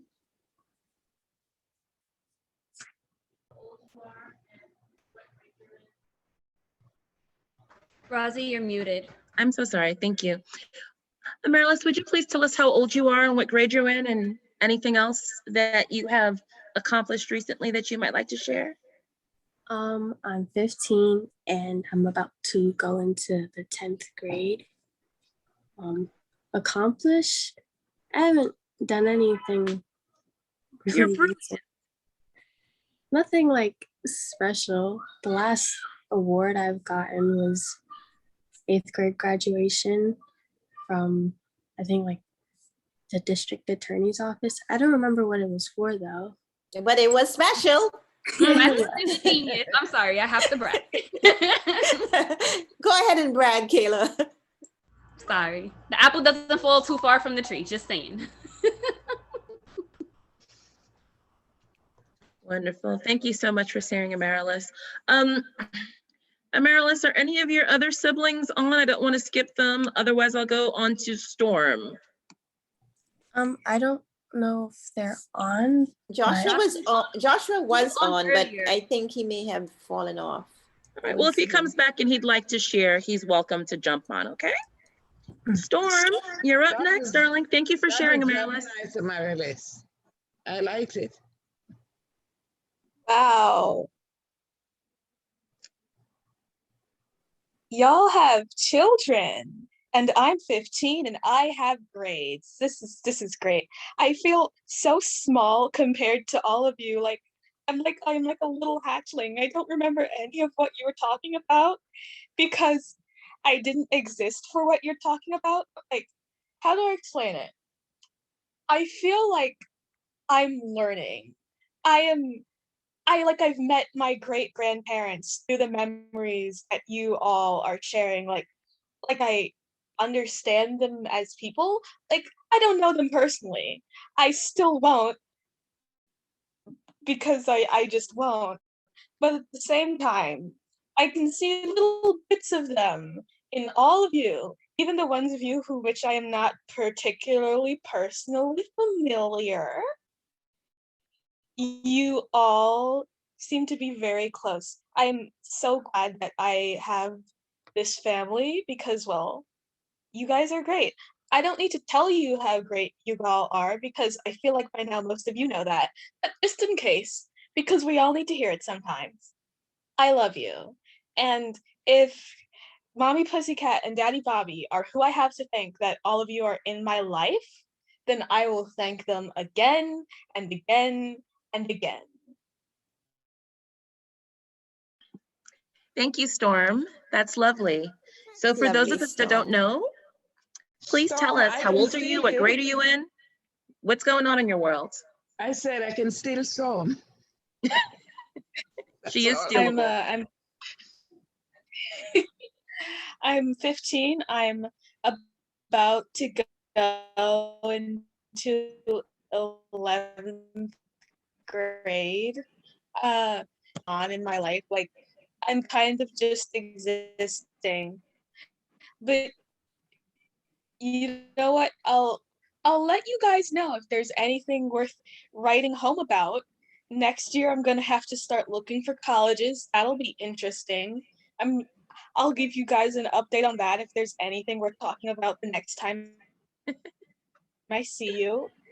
And I think that's about it. Thank you so much for sharing, Storm. I think we all enjoyed that, and we love you too. Okay, have I finished with the Noel Kirton family line? Is there anyone else who'd like to share? Okay. All right, so after Uncle Noel is Auntie Junior. So that's Kevin and Eddie. Kevin, you're up.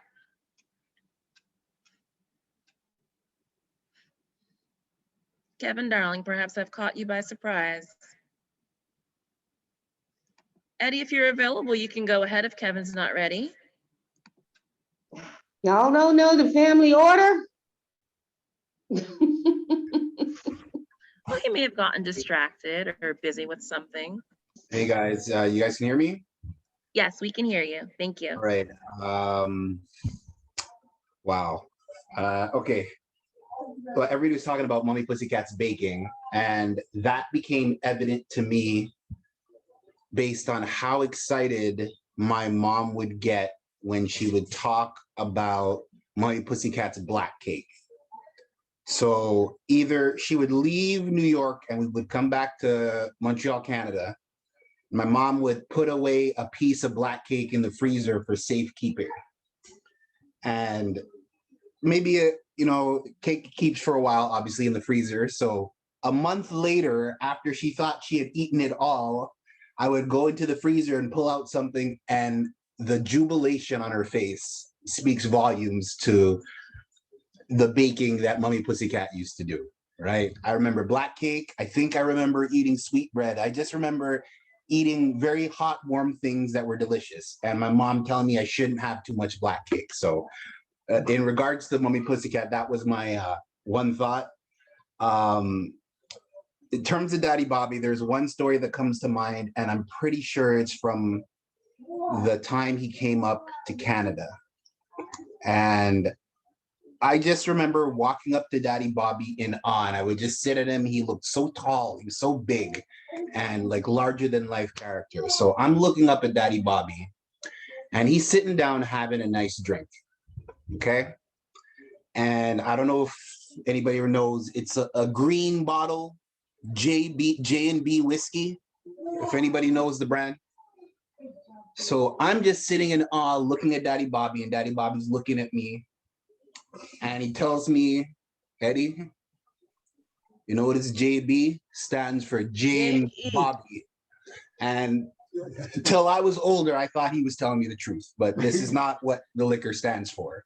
But I think that's one thing that just comes to mind, just him having a joke with me, staring at him like he was larger than life. But they brought so much joy and togetherness and instilled so many values that's transcended into this great family of ours. So, I mean, I'm thankful for that. I'm thankful for them. I'm thankful for all of you. Yeah, just wanted to share those two quick thoughts. But yeah, that's all I got for now, guys.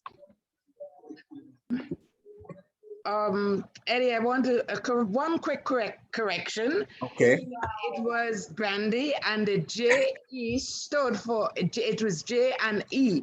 And he always said, Mommy Pussycat liked the Brandy as well, that his was at the top and Pussycat's was at the bottom. He had to drink the top first. So, she didn't hardly get any. That's true. Yeah. So since we're talking about Daddy Bobby's love for alcohol, and Auntie Hyacinth earlier was talking about whether or not Auntie Suzette was his favorite, he had this way of referring to his, what is it called, dinner nightcap or whatever it is, when he wants to have his last drink before bedtime. He referred to it as his Suzette. Does anyone remember that? I remember everything was a Suzette. It was Everything answer was the a Suzette, Suzette. pass the Suzette. Just Suzette was any and everything. Mm-hmm. Oh, well. Oh, well, there you go. Then it became Miriam. Yes. Yeah. We still don't know who Miriam is. Yeah. Can I met Miriam at the pharmacy. A pharmacist, yes. Yes. And that was a pharmacist. Yeah. May I just jump in and request that we have a family reunion and Auntie Sue host it? Everybody is welcome to come to St. Vincent. It's open all the time. No, I think we should plan a family reunion, and I think one child from each sibling, at least one child should be on the committee. I'm just saying. You can organize it. Yeah. Okay, you're doing the Marcia, Auntie Sue, because Marcia does that to me all the time. I'm going to get everyone back on track. I love the family reunion idea. I think many people here love it. We have had trouble. I agree. If you're willing to spearhead, I'm willing to be the child from this sibling, seeing as this sibling only had one child. The hiccup that I've found, or the roadblock, has been money. So when somebody wins the lottery, perhaps then everyone will be able to afford to travel for a family reunion, but we can discuss that at another time. Perhaps if you are interested in helping to plan or brainstorming, you can put a note in the chat. And when I review the chat later, I can put together another group that I will share with Cherry, and she can move forward with it. All right. I don't remember who was speaking last. So many people spoke after that person. I think we're up to the next sibling. Kevin's next. Oh, Kevin, thank you. Eddie spoke. Kevin, are you there? We still missing Kevin. Okay, who was after Auntie Junior? What about Uncle Hollis? Doesn't he have a memory, and Auntie Arlene? Or they go last? Wait, sorry. You're on mute, Dad. Sorry. Do you have a memory, Uncle Hollis? Remember being the pan man? Well, to tell you the truth, whatever was passed on by Daddy Bobby and Mama Pussycat, as far as I know, I passed it on to my two boys. And they are a living example of the memory that I have for the grandparents. Well, what about you, Auntie Arlene? Do you have a memory? Hello? Her and Marcia talking about Daddy Bobby sharing about his past life. And I remember him in Florida and Pensacola sharing with me a lot of things from his past life. And I remember Sandra being amazed, and she said, could I join in this? I've never heard this before. And I was always very fond of Daddy Bobby. And likewise, Mommy Pussycat, but I think I had a more special connection with Daddy Bobby. And I thank them for raising the husband that I have today. Yeah. So I remember them always, when I think about Noel.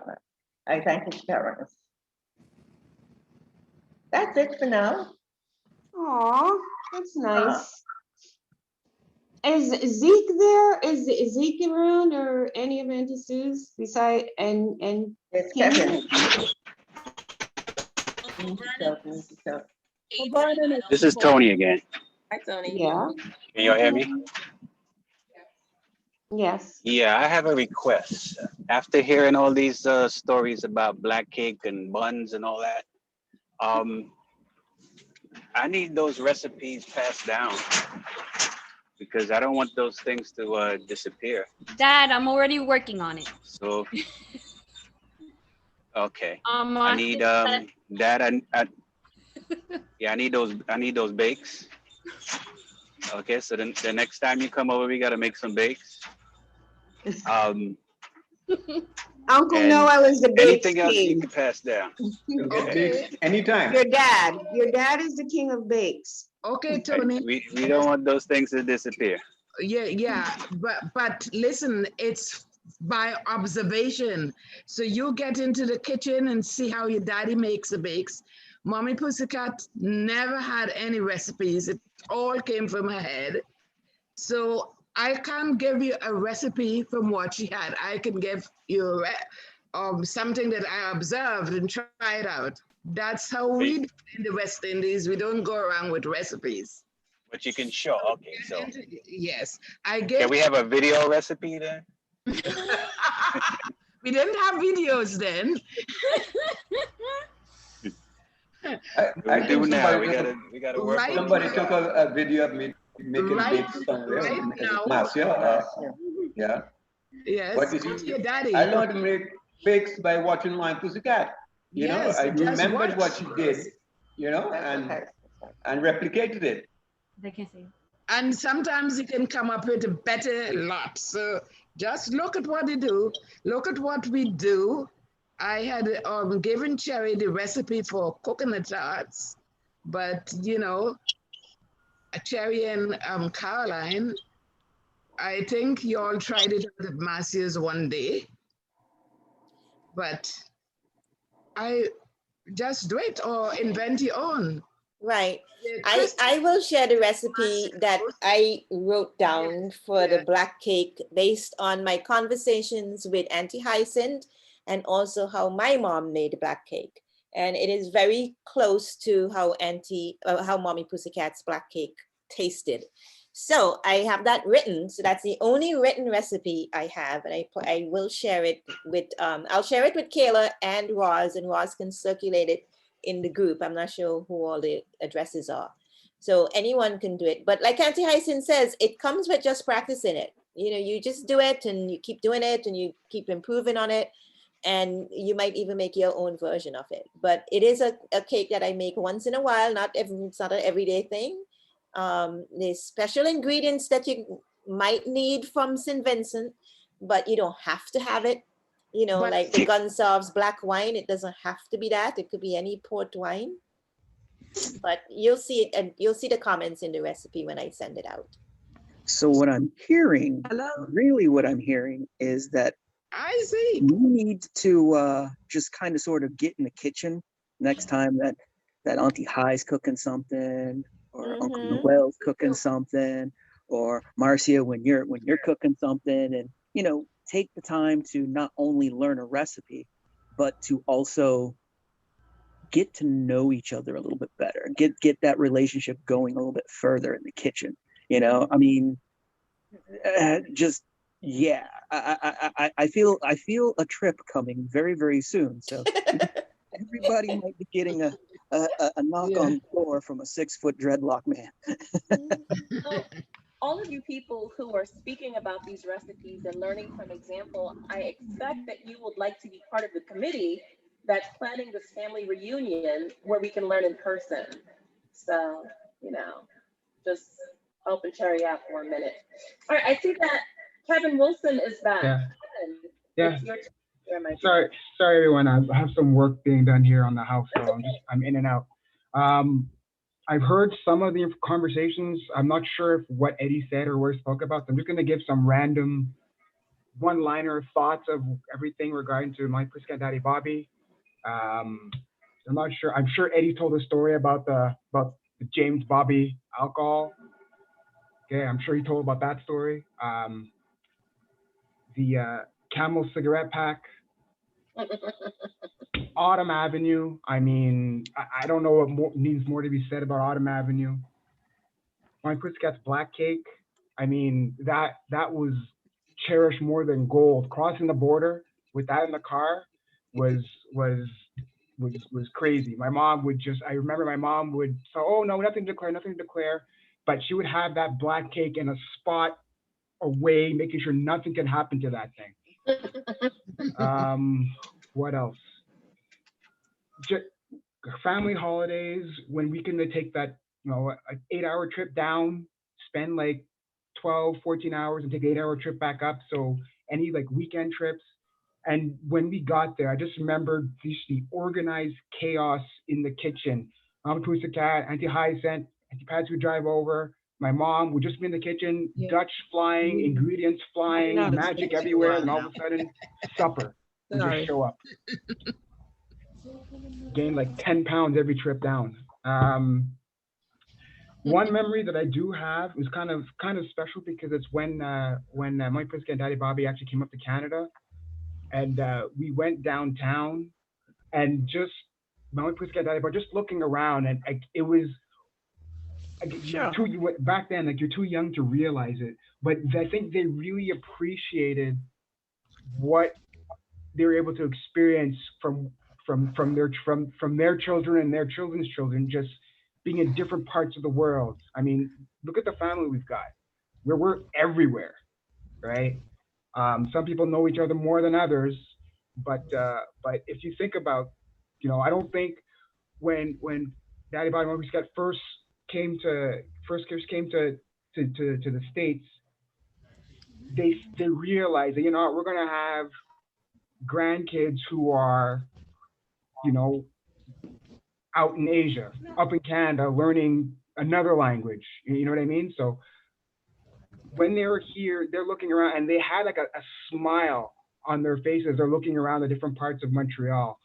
And I never really realized it until now, you know, I have kids of my own, what kind of, like, I'm not going to say legacy, but what kind of legacy that they have. That's pretty much it. Like, I'm a bit just all over the place, but it's more of the flash memories that I have of them. And it all comes back to Autumn Avenue. We need another Autumn Avenue. So I'm going to nominate Cherry. Cherry, make another Autumn Avenue. Done. You have no choice. You don't have to come to St. Vincent. I don't mind. I love company. All right, I was there. I'll come back again just as this whole COVID thing is done. Yeah, and I'm sitting up there in kindergarten for now. So while you were speaking, Sand was trying to sneak away and share for a moment. Sand, are you there? Are you available? Yeah. So, oh my God, there's an echo in here. So I'm trying to speak as softly as I can. Can you hear me? Yes, we can hear you. Okay. So I guess my favorite memories and you know, one disclaimer here is that, you know, I didn't really have Daddy Bobby and Mommy Pussycat in my life in a way that I can fully remember until I was 15 and I came to New York. And like a lot of the family units, we did spend some time crashing at 558 Autumn. And by the way, Kayla, it's not a fancy place at all. It's a simple home. In some places run down, and what made it special was who was in it, and in particular, Daddy Bobby and Mommy Pussycat, they're what made the magic of Autumn Avenue. And like everyone says, that's the place everybody ended up. You knew on any afternoon after work, Uncle Vernon would show up. And You knew mommy. Auntie Patsy would show up after work. Auntie Patsy also showed up during the day sometimes. Yeah, she was a social worker, so she could pull that off. Uncle Rafi was always passing through. Everybody was passing through. There were some people who only came on a Sunday, but it was like a way station, and it was really great. I got to know a lot of my uncles and aunts and cousins because of the time I spent at Autumn Avenue and just having everybody passing through, whether it and forget holidays. Yeah, it was just madness. uh, the Christmas tree, it was so piled with presents that we'd lose track of what belonged to who because the kids would get all excited and open everything at once. But I think my fondest memories were dinner. Everybody around the table, Daddy Bobby dozing off with the Turkey Hill. I think that's what he drank. If I remember correctly, it was Turkey Hill. And my personal wish for the recipe is Pussycat's golden, the incredible chicken soup. I don't know. I've tried so many ways to replicate it. It had that nice deep yellow. I don't know if it was pumpkin she put in it or I don't know, but there was nothing like it. And it was served at pretty much every meal as the I don't know, not exactly an appetizer, but just the opening course. We had courses at Molly Pussycat's table. It was amazing. We had courses. We had the soup. We had the salad. We had the main entree. We had dessert, and Daddy Bobby had his little extra at the end. But it was wonderful, and Daddy Bobby would doze off at the table always, and just some little cute things like they were so in love with each other, and you could tell from the little arguments they had. I remember going shopping with them on Saturdays to the groceries, and there was this ongoing jealousy thing about the clerk at the grocery store. Apparently, she liked Daddy Bobby, and he wasn't exactly discouraging. So, Mommy Pussycat did not like him going to that particular clerk. And they had this thing about the Red Sox.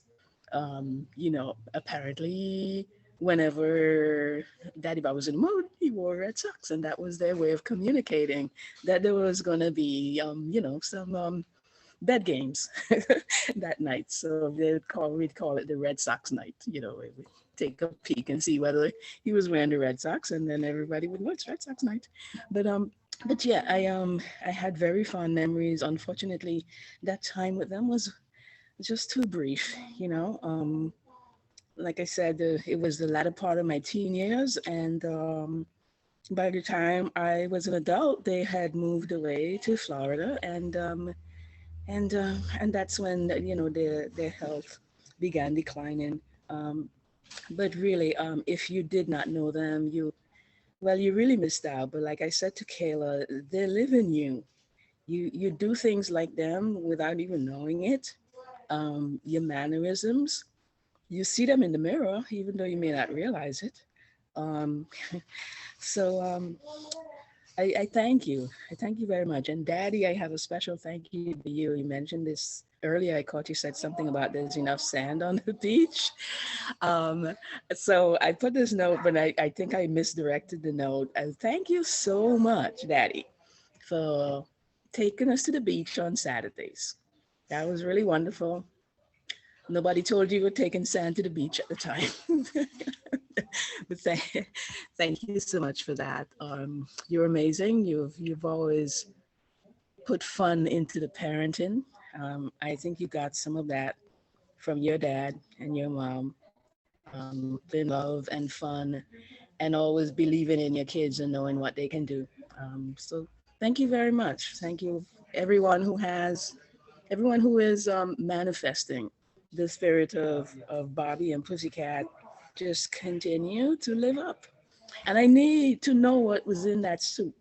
That's all I gotta say. I'm I'm in the little crisis room thing. Thankfully, nobody's having a reaction right now, so I'm able to come in here, but I got to get out of here. Thank you. Thank you for serving and making time for us. I thought you were going to say something just highest. All right. I don't know what was in the soup. They made all sorts of soups, especially Daddy Bobby. And I didn't care for soup.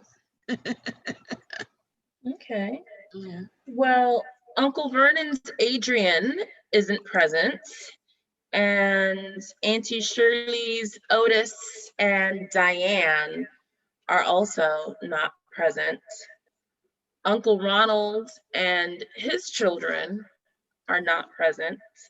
So we're going to move on to the descendants of Auntie Suzette, the favorite. You are the favorite. Favorite child with her favorite child. Yeah, he's on the phone. Give me my Suzette now. Auntie Suzette, once and for all, just admit it. You are the favorite. Just admit it, so we all know. Just admit it. Rosie was the favorite. Yeah, she came after. She took your place. Yes, Rosie was a grandchild, and you were gone. So you were gone. So you admit that you were the favorite, even though Rosie took your place. She was. She ran the house. She told Daddy Bobby what to do. Okay. And he listened. As the preacher would say, well. Kevin, you're always the lawyer. No, I'm just saying. Once You it's won your established, case. You won it's your established. case. There, it's done. Yep. None of this, well, maybe, or that person. No, it's Auntie Sue. They're the favorite. We're going to get a banner made. Auntie Sue. That's right. Done. It was Daddy Bobby's favorite. I don't know about Pussycat. Vernon is Mommy Pussycat's favorite. When Mommy Pussycat left, Mommy Pussycat came up to the USA first. And when she went home, she told me she saw a difference. She took over. Daddy Bobby had to do everything. He had to cook. He had to do the dishes. And Susan was his little princess. And listen, when I was growing up, I heard every time a new baby came along, Daddy Bobby said, let us spoil this one. And then another one came the following year. She would say, let us spoil this one. And then, unfortunately, a little boy came after her, but he died in infancy. He died when he was 15 months old. So then he really took on Suzette. She was number one. Anyway, let's move on to the grands. Enough about me. Listen, I'm going to tell you a story about Sue. Oh, Jesus. And don't you tell me it's not true. Susan did not know how to fry bacon. She was bringing Uncle. Oh, please. Yes, she was bringing Bob home, and she put she's going to make breakfast. She put the bacon in. She put the frying pan with oil to put the bacon in. She didn't know how to do it. Daddy Bobby used to do it for her. Come on. Listen, I laughed at you. I said, come on, you know, you don't put bacon in oil. As Auntie Ellen said, I was born to be driven. Kenya, darling, would you like to take control and share what you have to share, please? I don't know if I can. I've been trying to take control. Like 2 weeks now. She always said, I can continue, that she's going to find a rich man to marry. She doesn't need to know how to cook. And it's true. I still don't. You found him? No. Okay. But that's a lie. I found the work ethic that you talked about. Okay. He definitely has the work ethic. But I'm not jealous. I love my aunties. I love to. That's okay. I think I need to mute mom. Put myself on mute. Thank you, my daughter. Thank you. Both of them. Kenya, Mouse, and Zeke, please and thank you. Okay. Well, San pretty much, actually everybody pretty much hit what I wanted to say, but my biggest memory of both of them was how much they loved each other. I saw it in little moments, even when the house was completely chaotic, everybody's running around, they would steal little moments. Like I would see Daddy Bobby rub Mommy Pussycat's knee or rub her hand. I would see her giggle and they would like googly eyes at each other. And that instilled in me how important it is in a marriage to just make the other person your person, regardless of what else is going on, how many kids you have, that it's really important for your spouse to be your number one, because everything else is going to happen. And I saw that in them. And so that was important to me. And I love that they have such an impact that they've even influenced Sam in many ways. And he really appreciates and loves Mommy Pussycat and Daddy Bobby, and he's never even met them, and honored them during our wedding by wearing red socks on our wedding day. And Marcio beautifully captured that picture that I have up on our wall of him like lifting his pant leg, showing his red socks, and me going, but I love that. I love that they've had such an impact on not only our family, but people outside of our family, you know, friends and in-laws, and you know, they've had an impact on many people, probably more than we'll ever know. And mom is chattering in the background because she wants you to meet her grandson. So this is Jordan, Micaiah's firstborn and mom's oldest grandbaby. Say hi. Hi. And then there's Mouse. Hello. What? Yeah, I've gotten a little rounder as I gotten older, but Wait, I thought you were in Japan. What happened? Long story. Yeah, very long story. I technically should be flying back there now. That's a whole nother different story. Oh, okay. Yeah. Can I see Jordan again? Yeah. You fine. Jordan, you fine, honey. Tell him how tall you are. I'm 6'4". You're 6'5". He's 6'5", 14 years old. Shut up. And Daddy, can we get a group picture of your children? It's and huge. your grandchildren? What? You need to donate some of your height to us 15 and struggling. I'm 5'3" and I have some of that.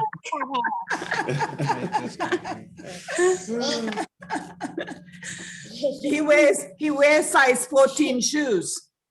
All right, Shaq Jr. Yeah, we need a family picture, Auntie Sue, please. Talk to Zeke. Where is he? He's the one that's missing. He's on. Oh, Zeke's on. Hi, Zeke. I'm still here. Still in Mouse, Florida. would you like to share any of your memories or any news? Memories? Oh, of Grandma Pussycat and Daddy Bobby. So I think, and this one's, I'm not sure what any of the other stories, but this is just my own little personal story of being a naughty little boy. But I used to always love going up there to Pensacola to visit them.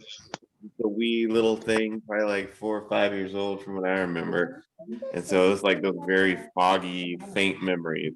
But I remember going up there, and I remember always seeing Daddy Bobby sitting in his chair, and he had this like green short glass. He'd always drink from it. And I was curious as to what he was drinking, and I was like, "Can I have some?" And he's like, "No." So I was like, okay. So at first I didn't think about it, but I kept seeing him drink it, and he just really enjoyed it. So one day, because I knew it wasn't for kids, or so to say, one day he had left the room and there was just like a tiny, tiny, like little bit left in the bottom, like the little droplets. And so I like look around and I'm like, so I like smell it. I was like, "Whoa, that's strong." And I put it up and I was like, "Nope, nope, nope." I was like, "This is terrible." I was like, "What is he drinking? It tastes like, smells like gasoline or something." So I was like, "Oh, no." That's one of my early memories. And then I always remember one of the neighborhood kids would come by and Grandma Pussycat would always give him a popsicle. He'd always come by on his tricycle and everything. And she would love just giving him popsicles. And then I used to love eating the popsicles too, because that meant I got one. So it was great. But lots of great fun memories being in Pensacola when I was a wee lad, younger than all of my children now. So yeah. Thank you, Mouse. No problem. Before we leave that house is it Crestview that you're in? I don't remember what town you live in. Yeah, Crestview. Can we say hi to Anya? Anya was around in a little princess costume. Oh, come here, Anya. And we can go to Zeke. Come say hi with your missing teeth. Hi. Anya, how old are you now? What grade are you in? First grade, and after the summer, I'm going to be in second grade, and I'm 6. Wow. Oh, and Where were your teeth, Anya? how many awards you got? She made AB honor roll and got the principal's award. And what the Just one B and all the A's. and Oh, wonderful. she got the Peacekeeper Award. That's Very nice. Yeah, very good. Congratulations. Thank you. Welcome. There's another AB honor roll student. Jordan. Another Mommy AB would be proud. Yes. Education lives on. Nice job. Well, Mouse, did your kids come? Jordan, enjoy your trip to Japan. And Mouse, have a wonderful time. Yeah. Thank you.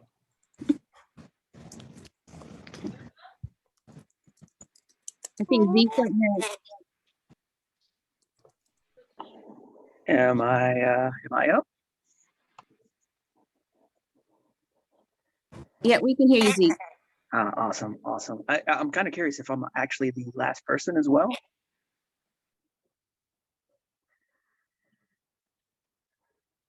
Is that a yay or a nay? Is there anybody else after? I haven't gone, and then I'll ask if anyone has anything else they'd like to share or add. Fair so you're enough. almost last. You're I don't have. You the want to stress be and last? burden. No.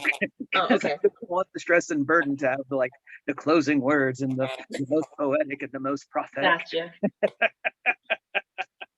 Why can't we see you, Zircon? Let's see. Does this make everybody? Thank you.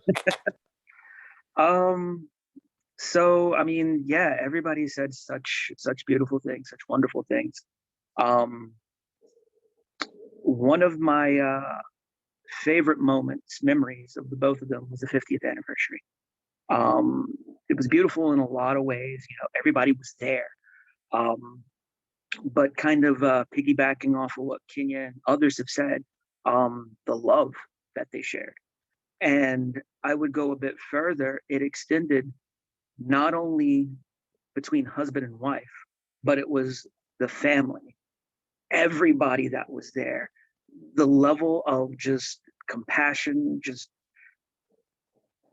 it was one of the moments that stood out to me that I took away. That was like, you know what? That's how I should live my life. You know, everybody deserves to feel some sort of gratitude, of some sort of wanting, belonging, that compassion. And I've lived my life by that, you know, trying to make sure that every moment, you know, that I have with somebody, you know, I appreciate them, you know, let them know how I feel. The other thing that, you know, is a massive takeaway. Is I've gotten to that age where I can see the future and the past. You know, I look at my uncles and my aunts, and I have my memories of Daddy Bobby, Mommy Pussycat, and I look at, you know, all the beautiful, smart, intelligent intellectuals that I have as family members, you know, coming, you know, behind me. You know, I look at Mouse's children, I look at Kenya's children, I'm looking at some of my cousins' children, and I'm just like, wow, I'm in awe. You know, the legacy is real, the history is real, and the future is bright. That's pretty much all I gotta say. Thank you very much, Sirkan. All right, so I'm going to share some of my memories. I made a little list. When I think of Mommy Pussycat, I think of really sweet hugs. She was always really comfortable to cuddle up next to. And I think of Daddy Bobby saving me from getting in trouble with Mom. I remember how he used to call me Dr. Rozzy when I would give him his medicine, especially a cup of coffee and Tylenol at night.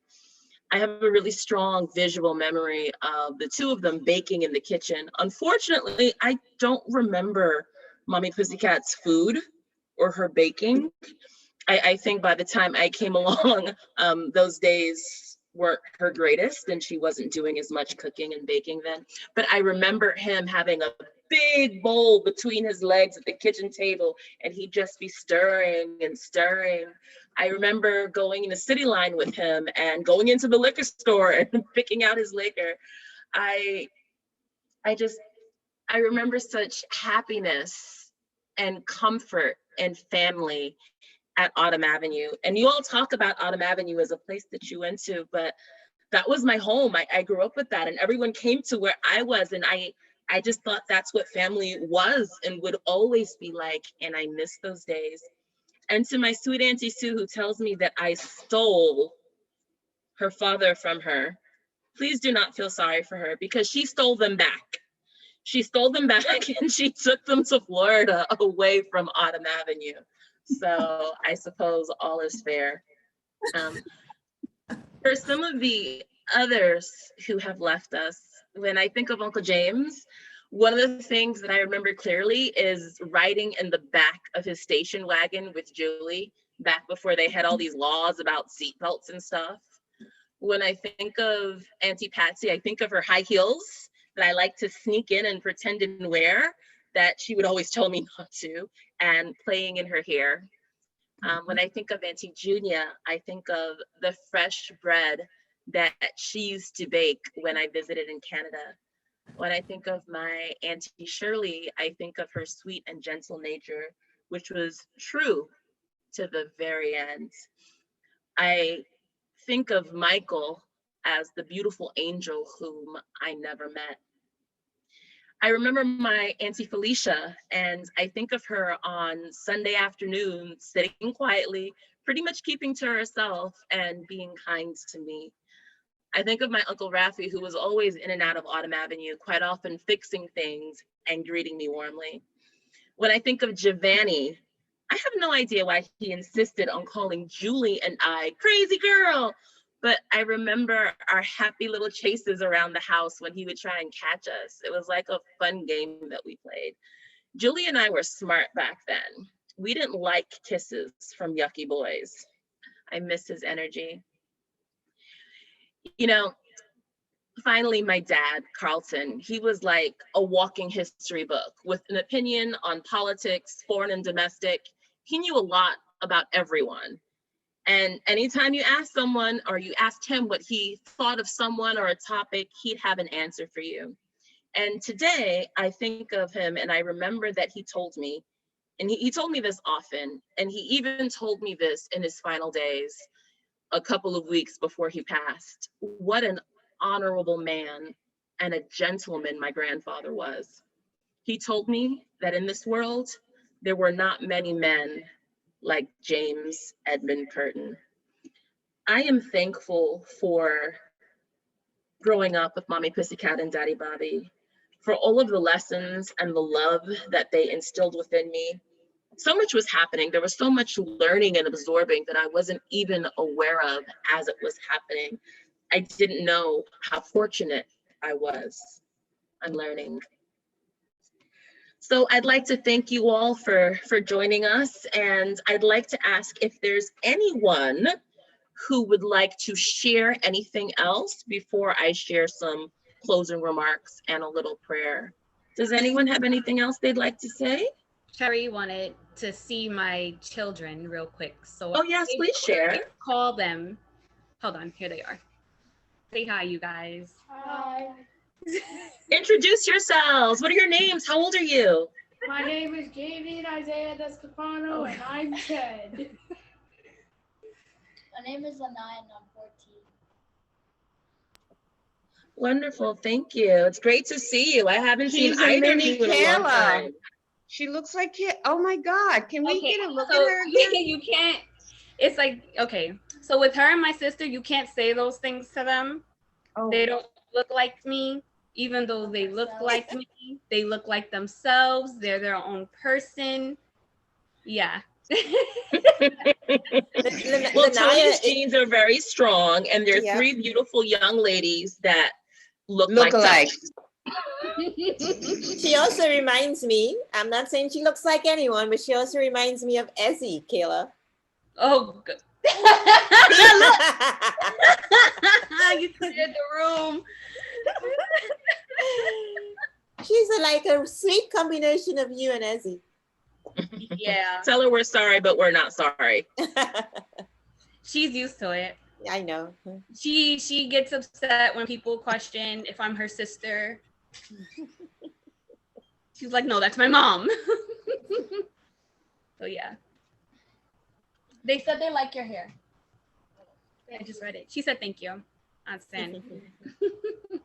Thank you for sharing. Okay. Well, it is just about 5:30, 2.5 hours. I'm sorry to take this much of your time. I am hungry and I don't even know what's for dinner. So I'm going to wrap this up. Okay. Where is my screen? Roz, thank you so much for putting this together. We really, really appreciate it. You are most welcome. Roz, can you share the recipe with the group in the chat? I don't know where the chat is. I will. Apparently not everyone is seeing it that I put on. Yeah, Well, put up add there. them to the chat, Marcia. Are you talking about the WhatsApp chat? Yeah, that's what I asked Roz. I asked Roz to send it to the WhatsApp chat because not everyone is on WhatsApp. So Well, please, if anybody that's not there, I don't have you in my address book, so someone add them. Marcia and Rosalind, I made you admins of the chat, so you can add and delete. I can't, but I'm telling you, not everyone has the app itself. So Oh, then there's also Facebook. okay. Okay. If there's anyone who doesn't have my contact information, James is like, I don't have either or. I get my phone number. I hear you, James. My phone number is in the chat. Just call me. My number's there, my email's there. All right. So moving right along. Best email address, Rosie. Thank you. Bear with each other and forgive one another. If any of you has grievance against someone, forgive as the Lord forgave you. And over all of these virtues, put on love, which binds them all together in perfect unity.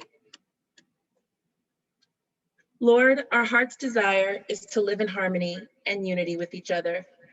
Bind your love to our hearts so that we can live in perfect unity together.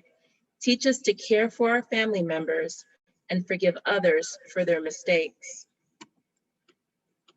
I found this and I thought it was applicable and appropriate. Children's children are a crown to the aged, and parents are the pride of their children. Proverbs 17:6. I thank you all for your time today. I love what each of you had to say. I loved seeing your faces. There was so much shared, so much value. I will be saving this recording and I will share it on YouTube so that you can rewatch it later or share it with those who are unable to attend. And please remember, if you are interested in joining Cherry's reunion planning group, speak now or forever hold your peace. You got jokes? Thank you all for your time, everyone. It was great to see you. Bye, everybody. Thanks, Roz. Great job, Roz. Thank you. Thank you. Bye, Bye. everybody. Bye, everyone. Bye, Bye. Auntie. Hi. Bye. Bye, Auntie Sue, the Bye, favorite. Bye. Bye, Cherry. It's good to see you up, Cherry. Thank you. Yeah, you're looking good. I Bye, love seeing my everybody, second cousins. Especially Ross, for doing an excellent job as usual. Oh, thank you kindly, Uncle. Welcome. Thank you, meneer de Boer and Auntie Eileen for you. Okay. Baby Eileen. Bye, Auntie Arlene. Bye, Uncle Noel. Bye, bye, bye. Uncle Hollis. Bye, guys. Thank you. Bye-bye. Z. Bye, Canadians, eh? A. Yes. Eddie, where's that baby of yours? Yeah. He ran off. Hold on. I'll steal him. Hold on. Okay. One last bye to Caleb. Bye, Uncle Hollis, I really enjoy listening to you speak. There is something about the sound of your voice that I just find enjoyable. Mine? Bye, Storm. Bye, Yes. Sam. Especially Bye, her Kenya. position. Bye, Anya. Bye, I feel Bye, like the Kitty Pie. Waltons. Anya, I can't wait to see you. I can't wait to see you too. I miss Bye, you. Jordan. And Jordan, I don't know when I'm gonna see you. I'm looking forward to seeing you eventually. He'll be 7 feet tall. I've met you, but I don't think you remember me. No, he was only 6. Yeah, I saw him at Kenya's wedding. No. 6 going and 7. Oh. Oh my gosh, he's so handsome. Hi. Hi. Hi, baby. Yeah. This is Jaden, everybody. Oh, he's so I'm delicious. happy, baby. You're being shy now? No? What's this? Look, say hi. Say hi. Hello. Say hi. Hi, Jaden. Hi. Kitty Pie.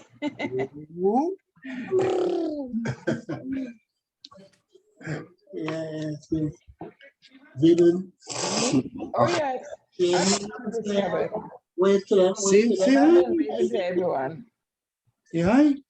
It's okay. Wow. Okay. Guys, I'm I covered. can't wait till we are in a situation where we can see each other again in the physical. Amen. Hallelujah. Kayla, you called yourself out, so just know it's happening. I'm fine with that. You gonna get a whoop ass. I'm ready. I'm fine with that. I've been taught from very young. They made sure to instill. It's fine. You can do all the winning in the beginning because the horse in front is not always the winning horse. Well said. Well said. Kevin, I'll challenge you on Skibble. Oh gosh. Getting thick. All right, guys. You guys, it was so nice seeing all of you guys. You guys take it easy, all right? Take care. Good seeing you too. Love everybody. I love you. Love you all. Bye. Abiento. Au revoir. Bye-bye. Bye-bye. Right. Guys. Bye, Auntie Hi. Nothings. Da. Bye. Bye, Cherry. Adios. Okay. How do you say goodbye in Dutch?